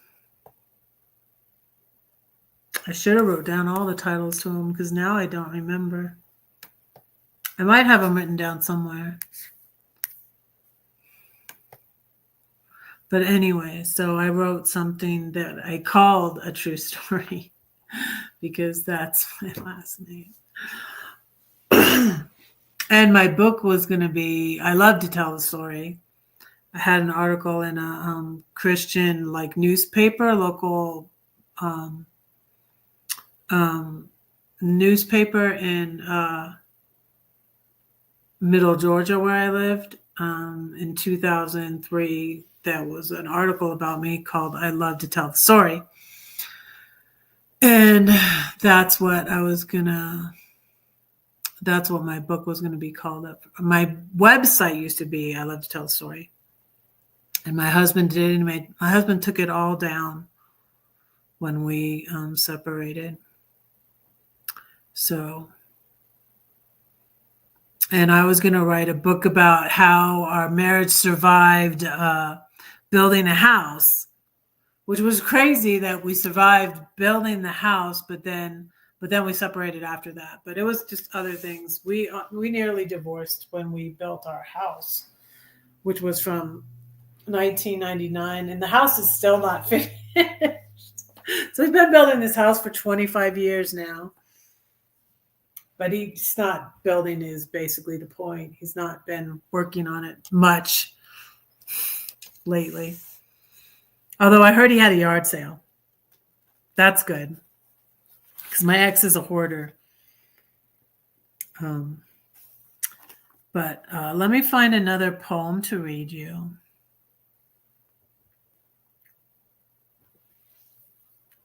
Let me find you a poem in... Let me find you a poem in my new book of poetry is called Red.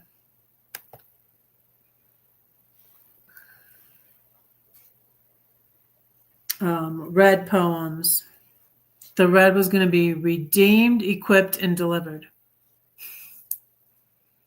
An acrostic. And so when I was away from God and got mad at God, I didn't know what I was going to do because all of my poems like end up being about my faith somehow and about God. And because it was such a part of me. And so I was really lost when I was away from God and I was angry. And then I came back to God in September 2021. And then I tried going back to Georgia, and that was disastrous. And seeing my oldest two kids, and I saw my ex. I didn't mean to see my ex, but I got locked out of my RV, and I called my ex. Was the number I could remember because my cell phone was inside my RV. So it was just a mess. But I kind of felt like that was like, oh my goodness. It was like a spiritual battle. I don't know. Because right after that, I came back to God in September. October, I went back to Georgia when I really shouldn't have. And then in November is when the bully did the first video about me. And I was just like, what is going on? Because before I always felt like I don't believe in eternal conscious torment and a hell. Like hell is what we create for ourselves when we go against God and stuff. You know, I don't believe in a real literal place of eternal conscious torment. When you look through the Bible and really study it, that is not what was meant or intended. It was like created by the Catholic Church, and then like Dante's Inferno, and actually Augustine was influential in that. And then, but there's church fathers from way back when who did not believe in that either. And like the first Christians didn't believe in hell. Like you never, like, you know, when Jesus, when they asked Jesus, what must I do to be saved? You have to ask yourself, like, saved, what did they mean? Saved from what? They just meant like entering into the kingdom, getting on God's, you know, program and plan for your life, getting like the kingdom of God is what they talked about. They didn't always they weren't talking about avoiding, say the sinner's prayer. And, you know, Jesus never said, ask me into your heart so you won't burn forever in hell. When did he ever say that? But anyway, so I don't believe in that, but I still believe in the spiritual warfare, and I still believe in Satan, and that Satan's there to kill and steal and destroy. And I often find, and I found that very interesting, that because I would see things in my life all the time like that before. I was really a fanatical, and I realize now that I was in the Christian nationalism when it was really developing, when the Christian nationalism was developing. And I was Republican and I was conservative, and I was very pro-life, into the pro-life movement, and very evangelical. I needed to save people from hell.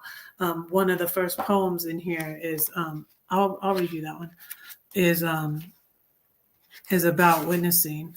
It's called Fisherman. So while I don't believe in hell, I still believe in Satan, and I believe in demons, and I believe in a spiritual warfare. And I find it interesting that I came back to God in September 7th. I was at a Switchfoot and a Need to Breathe concert. One of the songs they sang was West Texas Wind and Need to Breathe. And it said, I'm running to you like the West Texas wind, saying, God, I need you. Oh, how I need you. Oh, how I need you again. It's a great song. I'll post a link to that. So that was September. And like I said, October, I went back to Georgia, and I don't really feel like I should have. And it didn't go well. And I also got locked out of my RV. And so I felt like that was a warfare. And then in November, it was early November, when the stuff started with the YouTube bullies. And I was just like, I feel like I'm in a battle again. So, because they would always say in Christianity, in teaching or in church, that, if you're, with the devil, if you're doing what the devil wants you to do and not living right and all that, and not going to church, and he doesn't come after you, and I'm just like, and that's what I found out, the whole time I was away from God. I was just because I was still thinking the old way, but I was trying to break out of that. And in a way, when I downsized, I felt like it kind of helped me. And in a way, deconstructing is what they call it, when you're deconstructing your beliefs. And I still did go through that. And I feel like it was what God wanted me to do. I do. I feel like another channel to check out is The Naked Pastor. Y'all need to check him out if you don't know who he is. His name is David Hayward. And he went to school to be a pastor, which I'd love to do now too. But not all Christians believe things the same. You already know this. And so deconstruction is what the ex-evangelical movement is about. It's #ex-evangelical. And so I got involved in that. I'm like, oh my goodness, there's a whole movement here for me. And so that's where and I really feel like my faith is really stronger now, because I know why I believe, and I was just away from God, and I still sensed his presence a lot of times. And I was just like, wow, how did this work out? I had anxiety about leaving Georgia. I had been there for 32. I had never been on my own. Never been on my own. I started dating my husband when I was 17. I went from my parents' house to living with my ex and his family, and then which is, it's crazy. I did see parallels to Gabby Petito not getting. I didn't always get along great with my mother-in-law either, or my in-laws, period. But yeah. But I went and I call it going out of the frying pan into the fire, because my dad was a narcissist. My mom was a codependent. And then I was with this narcissist, and then I married him. So I never was on my own. I never lived alone. Everything was all new to me. Hell is what we create for ourselves. Yeah, exactly. Exactly. I mean, hell can be right here and now. I mean, that's what that anxiety is. And that's why I love Martha Beck's channel, and the book that I'm reading. Her other book is, I want to read all her books now. She has a book she has a son with Down syndrome, and his name is Adam. And I think it was her first book that's called Expecting Adam. And that sounds very good too. But I think the podcast is called The Gathering Room. And I think there's a community on Substack, which I think I have a Substack account, but I don't log into it too much. And I think I have a login. I want to check out Substack, and I don't know if I have an account or not. And I'm on Blue Sky, y'all. I'm Redheaded Riding Hood everywhere on all platforms, and I am on Blue Sky, and I'm still on X, but I think I really want to get off of X, because I am really pissed about Elon.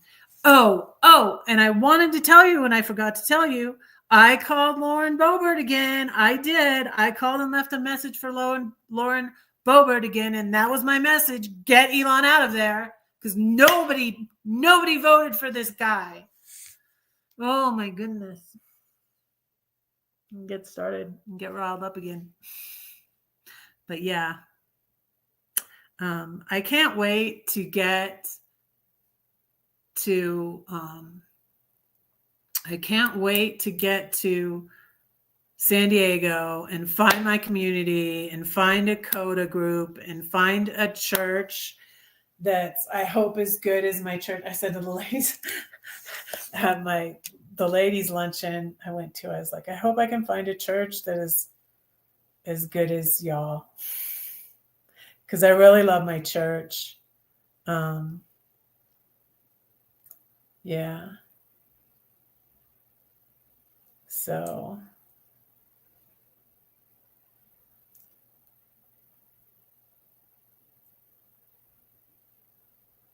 yeah, I need to do my prayer list. Let me see my prayer list. I'm going to read you. I'm going to start my prayer list, and then I'm going to read you the Fisherman one, where I either cross out the word hell or I put a little question mark by it. I'll read it to you and explain that to you, though. But I was very evangelical. I'm so glad you came back in, Betty. And again, I want to mention Gracie. Thank you she sent me cards before, and I had gotten her Christmas card, and I really appreciate it. But the P.O. box is closed out now, and I'm going to get a new P.O. box in San Diego. So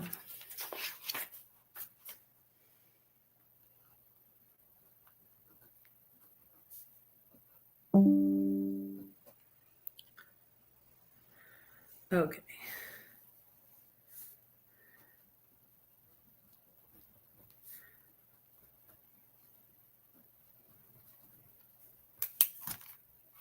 Did Elsa go to bed too? Are you still here, Elsa?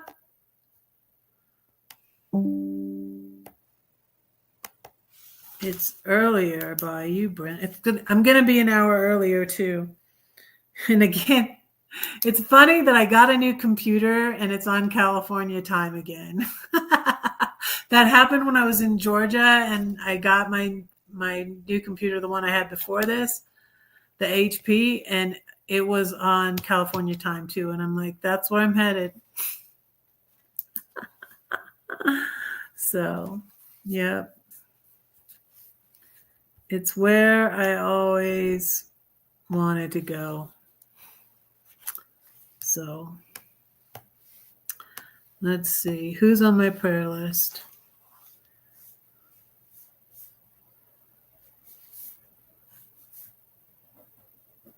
Glenn. Is Glenn still here? Who's still here? Should I take attendance? Yeah, I sold my colorful lamp that's in my video to a teacher. And I had sold the cabinet that I had found in the garbage to another teacher. So that was pretty cool. And she's like, I think my kids will like this lamp because of all the colorful lights. And she's like, if they don't like it, I like it. So, and I'm like, I'm kind of glad I found a home for my lamp and probably for my llama lamp. It's the no drama llama lamp. See? That's my no drama llama lamp. So Glenn was here, Brenda came in, and Elsa came in. And Ivan is here, and Betty was here. Yes, thank you all for being here.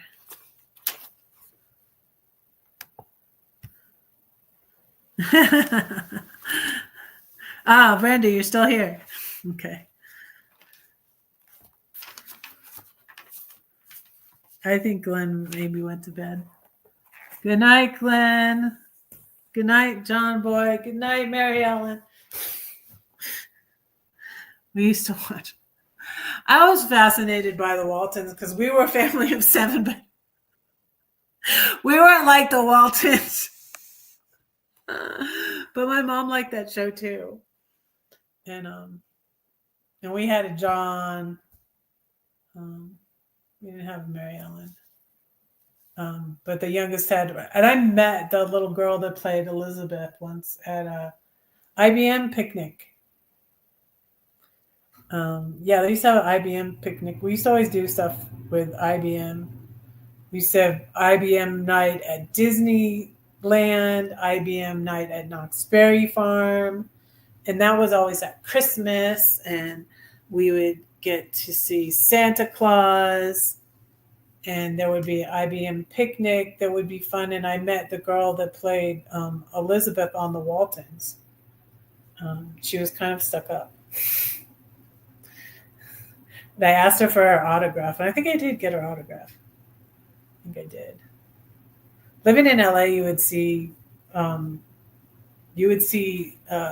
celebrities from time to time.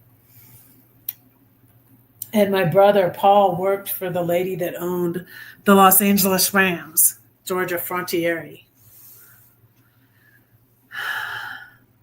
Which was so funny because when I went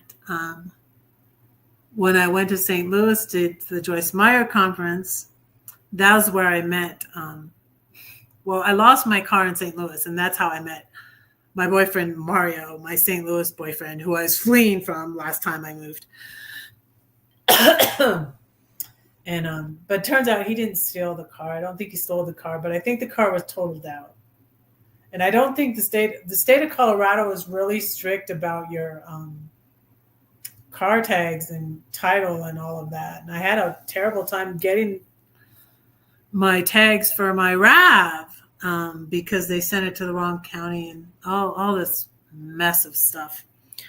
But yeah, the state of Colorado checks on all those things, and I don't think I would have even been able to get tags on that car, not because it was stolen, but I think it was totaled out in Illinois, and it wasn't supposed to be on the roads anymore. That's what I think about that. Yeah, I sort of have these theories. I don't know for sure.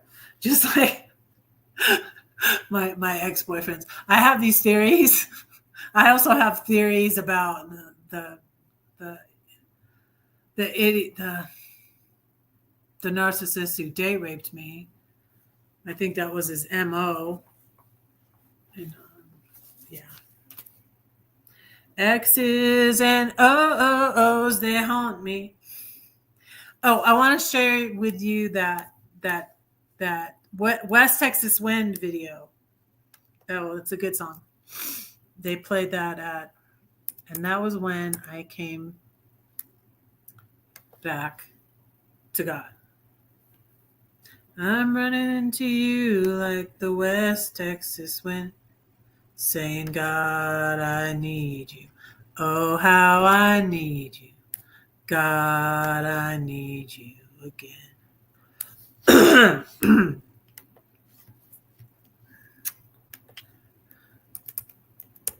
So, one more poem and then I'll pray for y'all and let you go.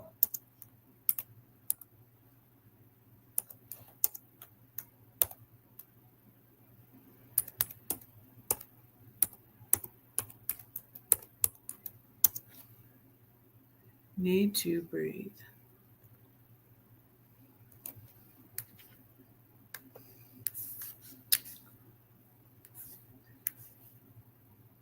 Oh, I have the video from that night too. Gosh. I should have.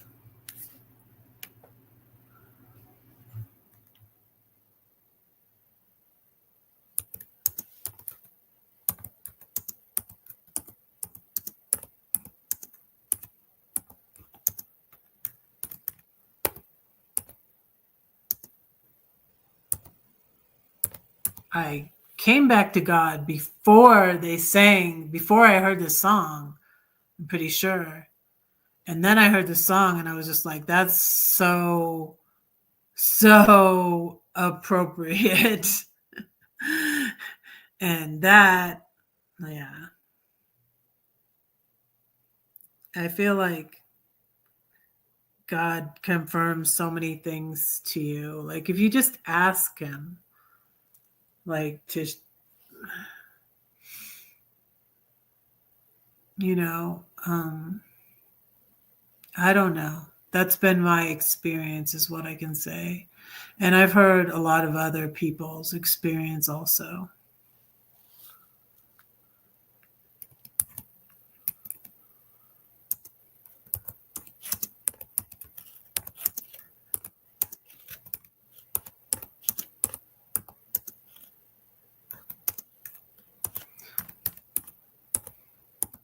It was just a gift that they were Need to Breathe and Switchfoot were together again, because I missed it before when they toured together, and I wanted to hear them together again.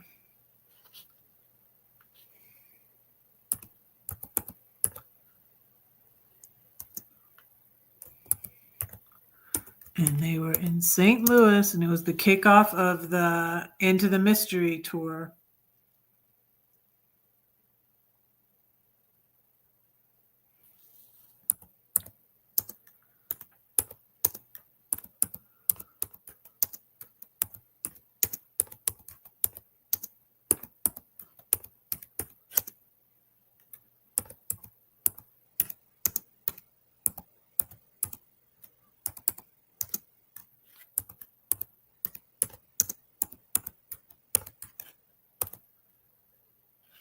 Okay.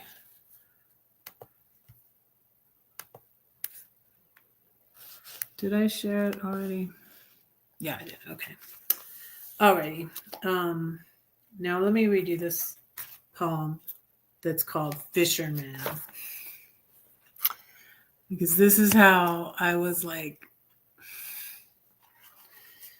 And talk about anxiety. This gave me anxiety too, thinking people I loved were going, and then my brother started dying. It was like my brother Paul died in 2002. And then, you know what else? It's funny now, but it's not. It wasn't funny at the time. I was like, God, that's not funny. It was right around that time that movie, Oh Brother, Where Art Thou, came out, when my brother Paul died, and I was concerned about like how he was living his life, and I wasn't sure, but I felt like God reassured me in a lot of ways, even though I still believed in hell at that time.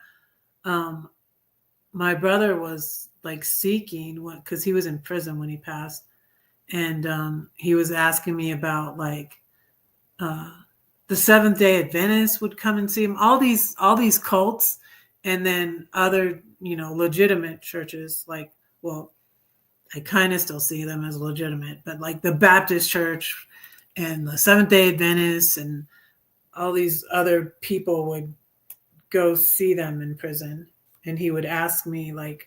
I remember I sent him once information on the Seventh Day Adventists because I loved researching cults and other religions and Catholicism and everything, because I still find it interesting.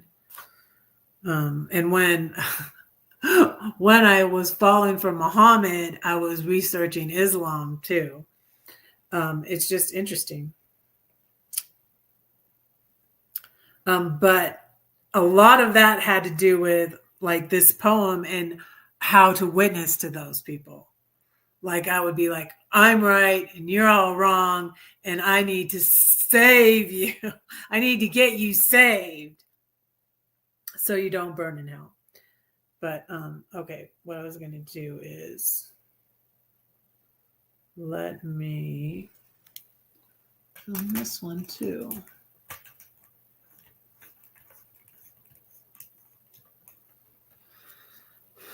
I don't like. I like how I look better with a hat on, but it's just chilly here. It's chilly here in Denver. Okay. This one's called, I'm going to do the video. I'm going to do a double video. So this one's called Fisherman.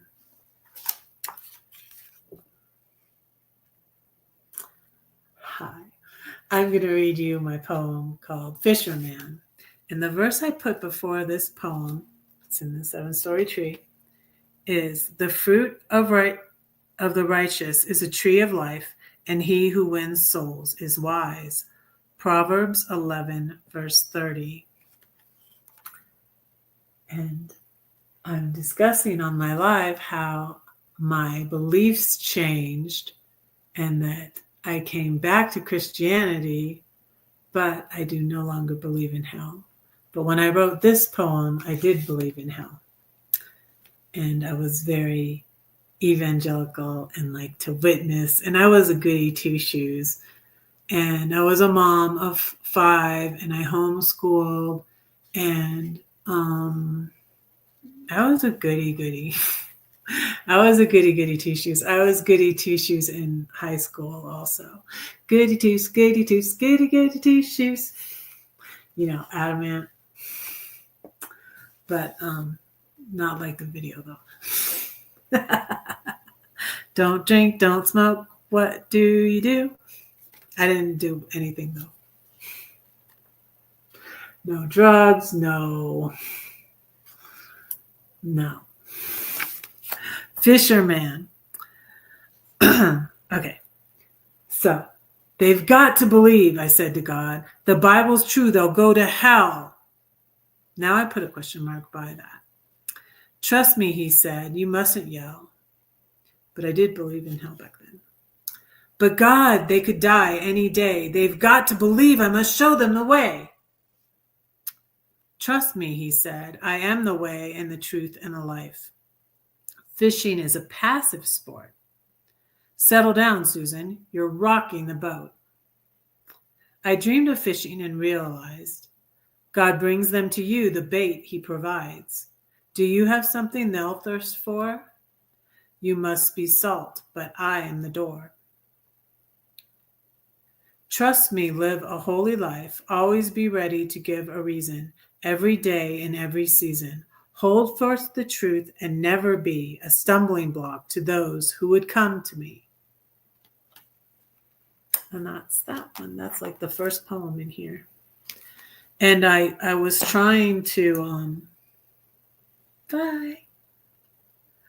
I was trying to self-publish with Westbow Publishing, which was a Christian publishing company. And they had all these strict rules, like you couldn't say hell unless it was about a theological discussion. You couldn't say hell. Like they thought I was saying, oh, hell. And I was like, well, by their standards, like, could I say that was a theological discussion? And I was like, so I didn't go with Westbow. And I found out that I could publish my book for free. This was free.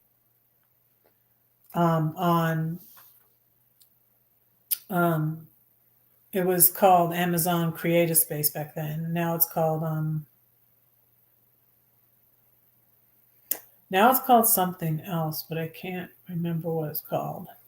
But it's basically with Amazon self-publishing. So that's why this is on Amazon. This, I wanted to do the illustrations. This poem is in this book. So, but I wanted to do it as a children's book with the illustrations, and that's why I hired them. I wish I hadn't, because they ripped me off. They're called Page Publishing. I have a video about that too. And so, yeah, I want to get that republished and then find a publisher for my new book of poems, which is called Red. All right, I've gone 2 hours and 16 minutes, so I'm going to pray for y'all and let you go. I have a big day tomorrow. It's like my last day. Y'all pray for me. I'm hoping I sell the bed. I've got that lamp sold. I've got my chair out there sold. So that's like all the big stuff. My TV doesn't fit. Albert's going to take it. He was going to either come tonight or tomorrow night. So I guess he's coming tomorrow night because he's getting my vacuum cleaner, my coffee maker, and my TV if it doesn't fit. So, this means I'll only have to sleep on the not very thick mattress pad thing one night, tomorrow night. So I'm excited. Pray for me and I will pray for you guys. And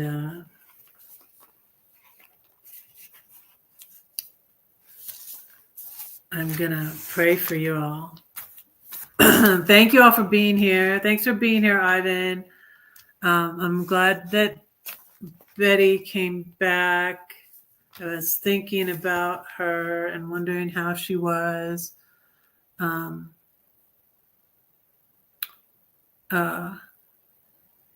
Some people I know, I was like, it's a more polite thing to do if you didn't agree with me when I started talking politics to just sort of.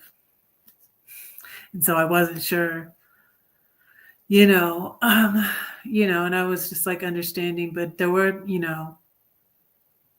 people I was missing. And so I'm very glad that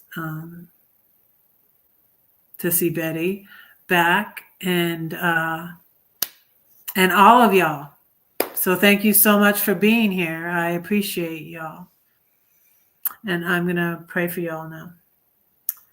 Dear Lord, thank you for all these friends and followers. I pray that you would bless them and be with them. Please be with Glenn and bless his friends and family. Be with him, guide him in his life. And thank you for him and his support of my channel. Please bless Brenda. Thank you for the great trip she was able to just take. Thank you for her friendship and her support. I pray you bless her. Her and her husband and her kids and her grandkids, and be with them. Please be with Elsa and keep her safe. Thank you for always watching over her through the hurricanes and storms of life, Lord. And I pray that you would continue to be with her and keep her healthy and well. Thank you for her kids and her fur babies, and guide her in her life. I pray for Ivan, that you keep him safe as he travels. Thank you for his support of my channel. I pray you bless his friends and family and be with him and guide him in his life, Lord. I thank you for Betty coming back, and I pray that you would bless her and her life and her children and her grandchildren and her YouTube channel, and be with her and bless her and guide her in her life, Lord. Thank you for my children and my grandchildren. I pray that you would bless them. I pray that they would know that you are real and that you love them, Lord. I pray that they would realize that I love them, and that they would realize that the door is always open for them to come back into my life, or for me to be in their lives, that they could just contact me, and my phone number is the same. And I want them to know that that door is always open, Lord.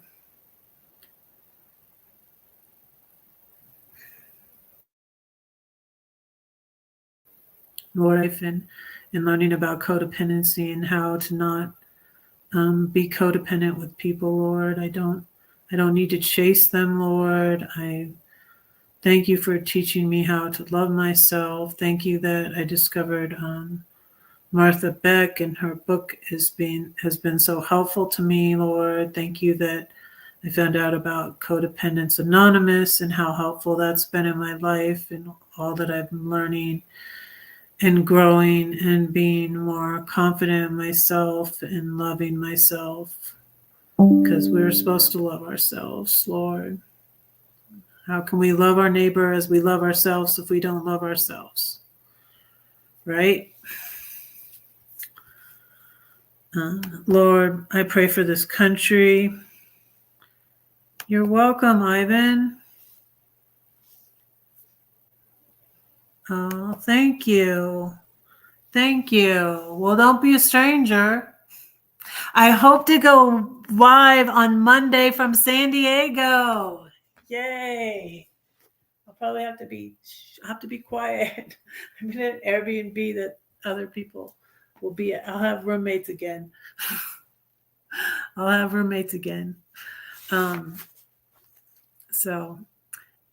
Dear Lord, we pray for this country, Lord. I pray that that people would speak up and speak out, Lord, that we don't want Elon involved in anything. No one voted for Elon, Lord. I pray that they would impeach Trump, Lord. I just pray that people would wake up and really see, even Trump followers, that they would see what they voted for and what he's taking away and how he's destroying things, Lord. It's scary what's going on, Lord. Help us to stay informed. Help us to stay involved. Help us to call our Congress people, to write them, to just get involved in community with like-minded people. Help me to find my tribe in San Diego, Lord. Thank you for the church I found here, and I pray you continue to bless them. And we pray for Ukraine, Lord. We pray for Gaza. It's just such a crazy world, Lord. We have to support each other and help each other, and we have to speak out, and we have to not back down, and we have to resist, Lord. Help us to do that. And I pray all these things in Jesus' name. Amen. You're welcome. Thank you for being here. Thank you for your support. Thank you all for being here.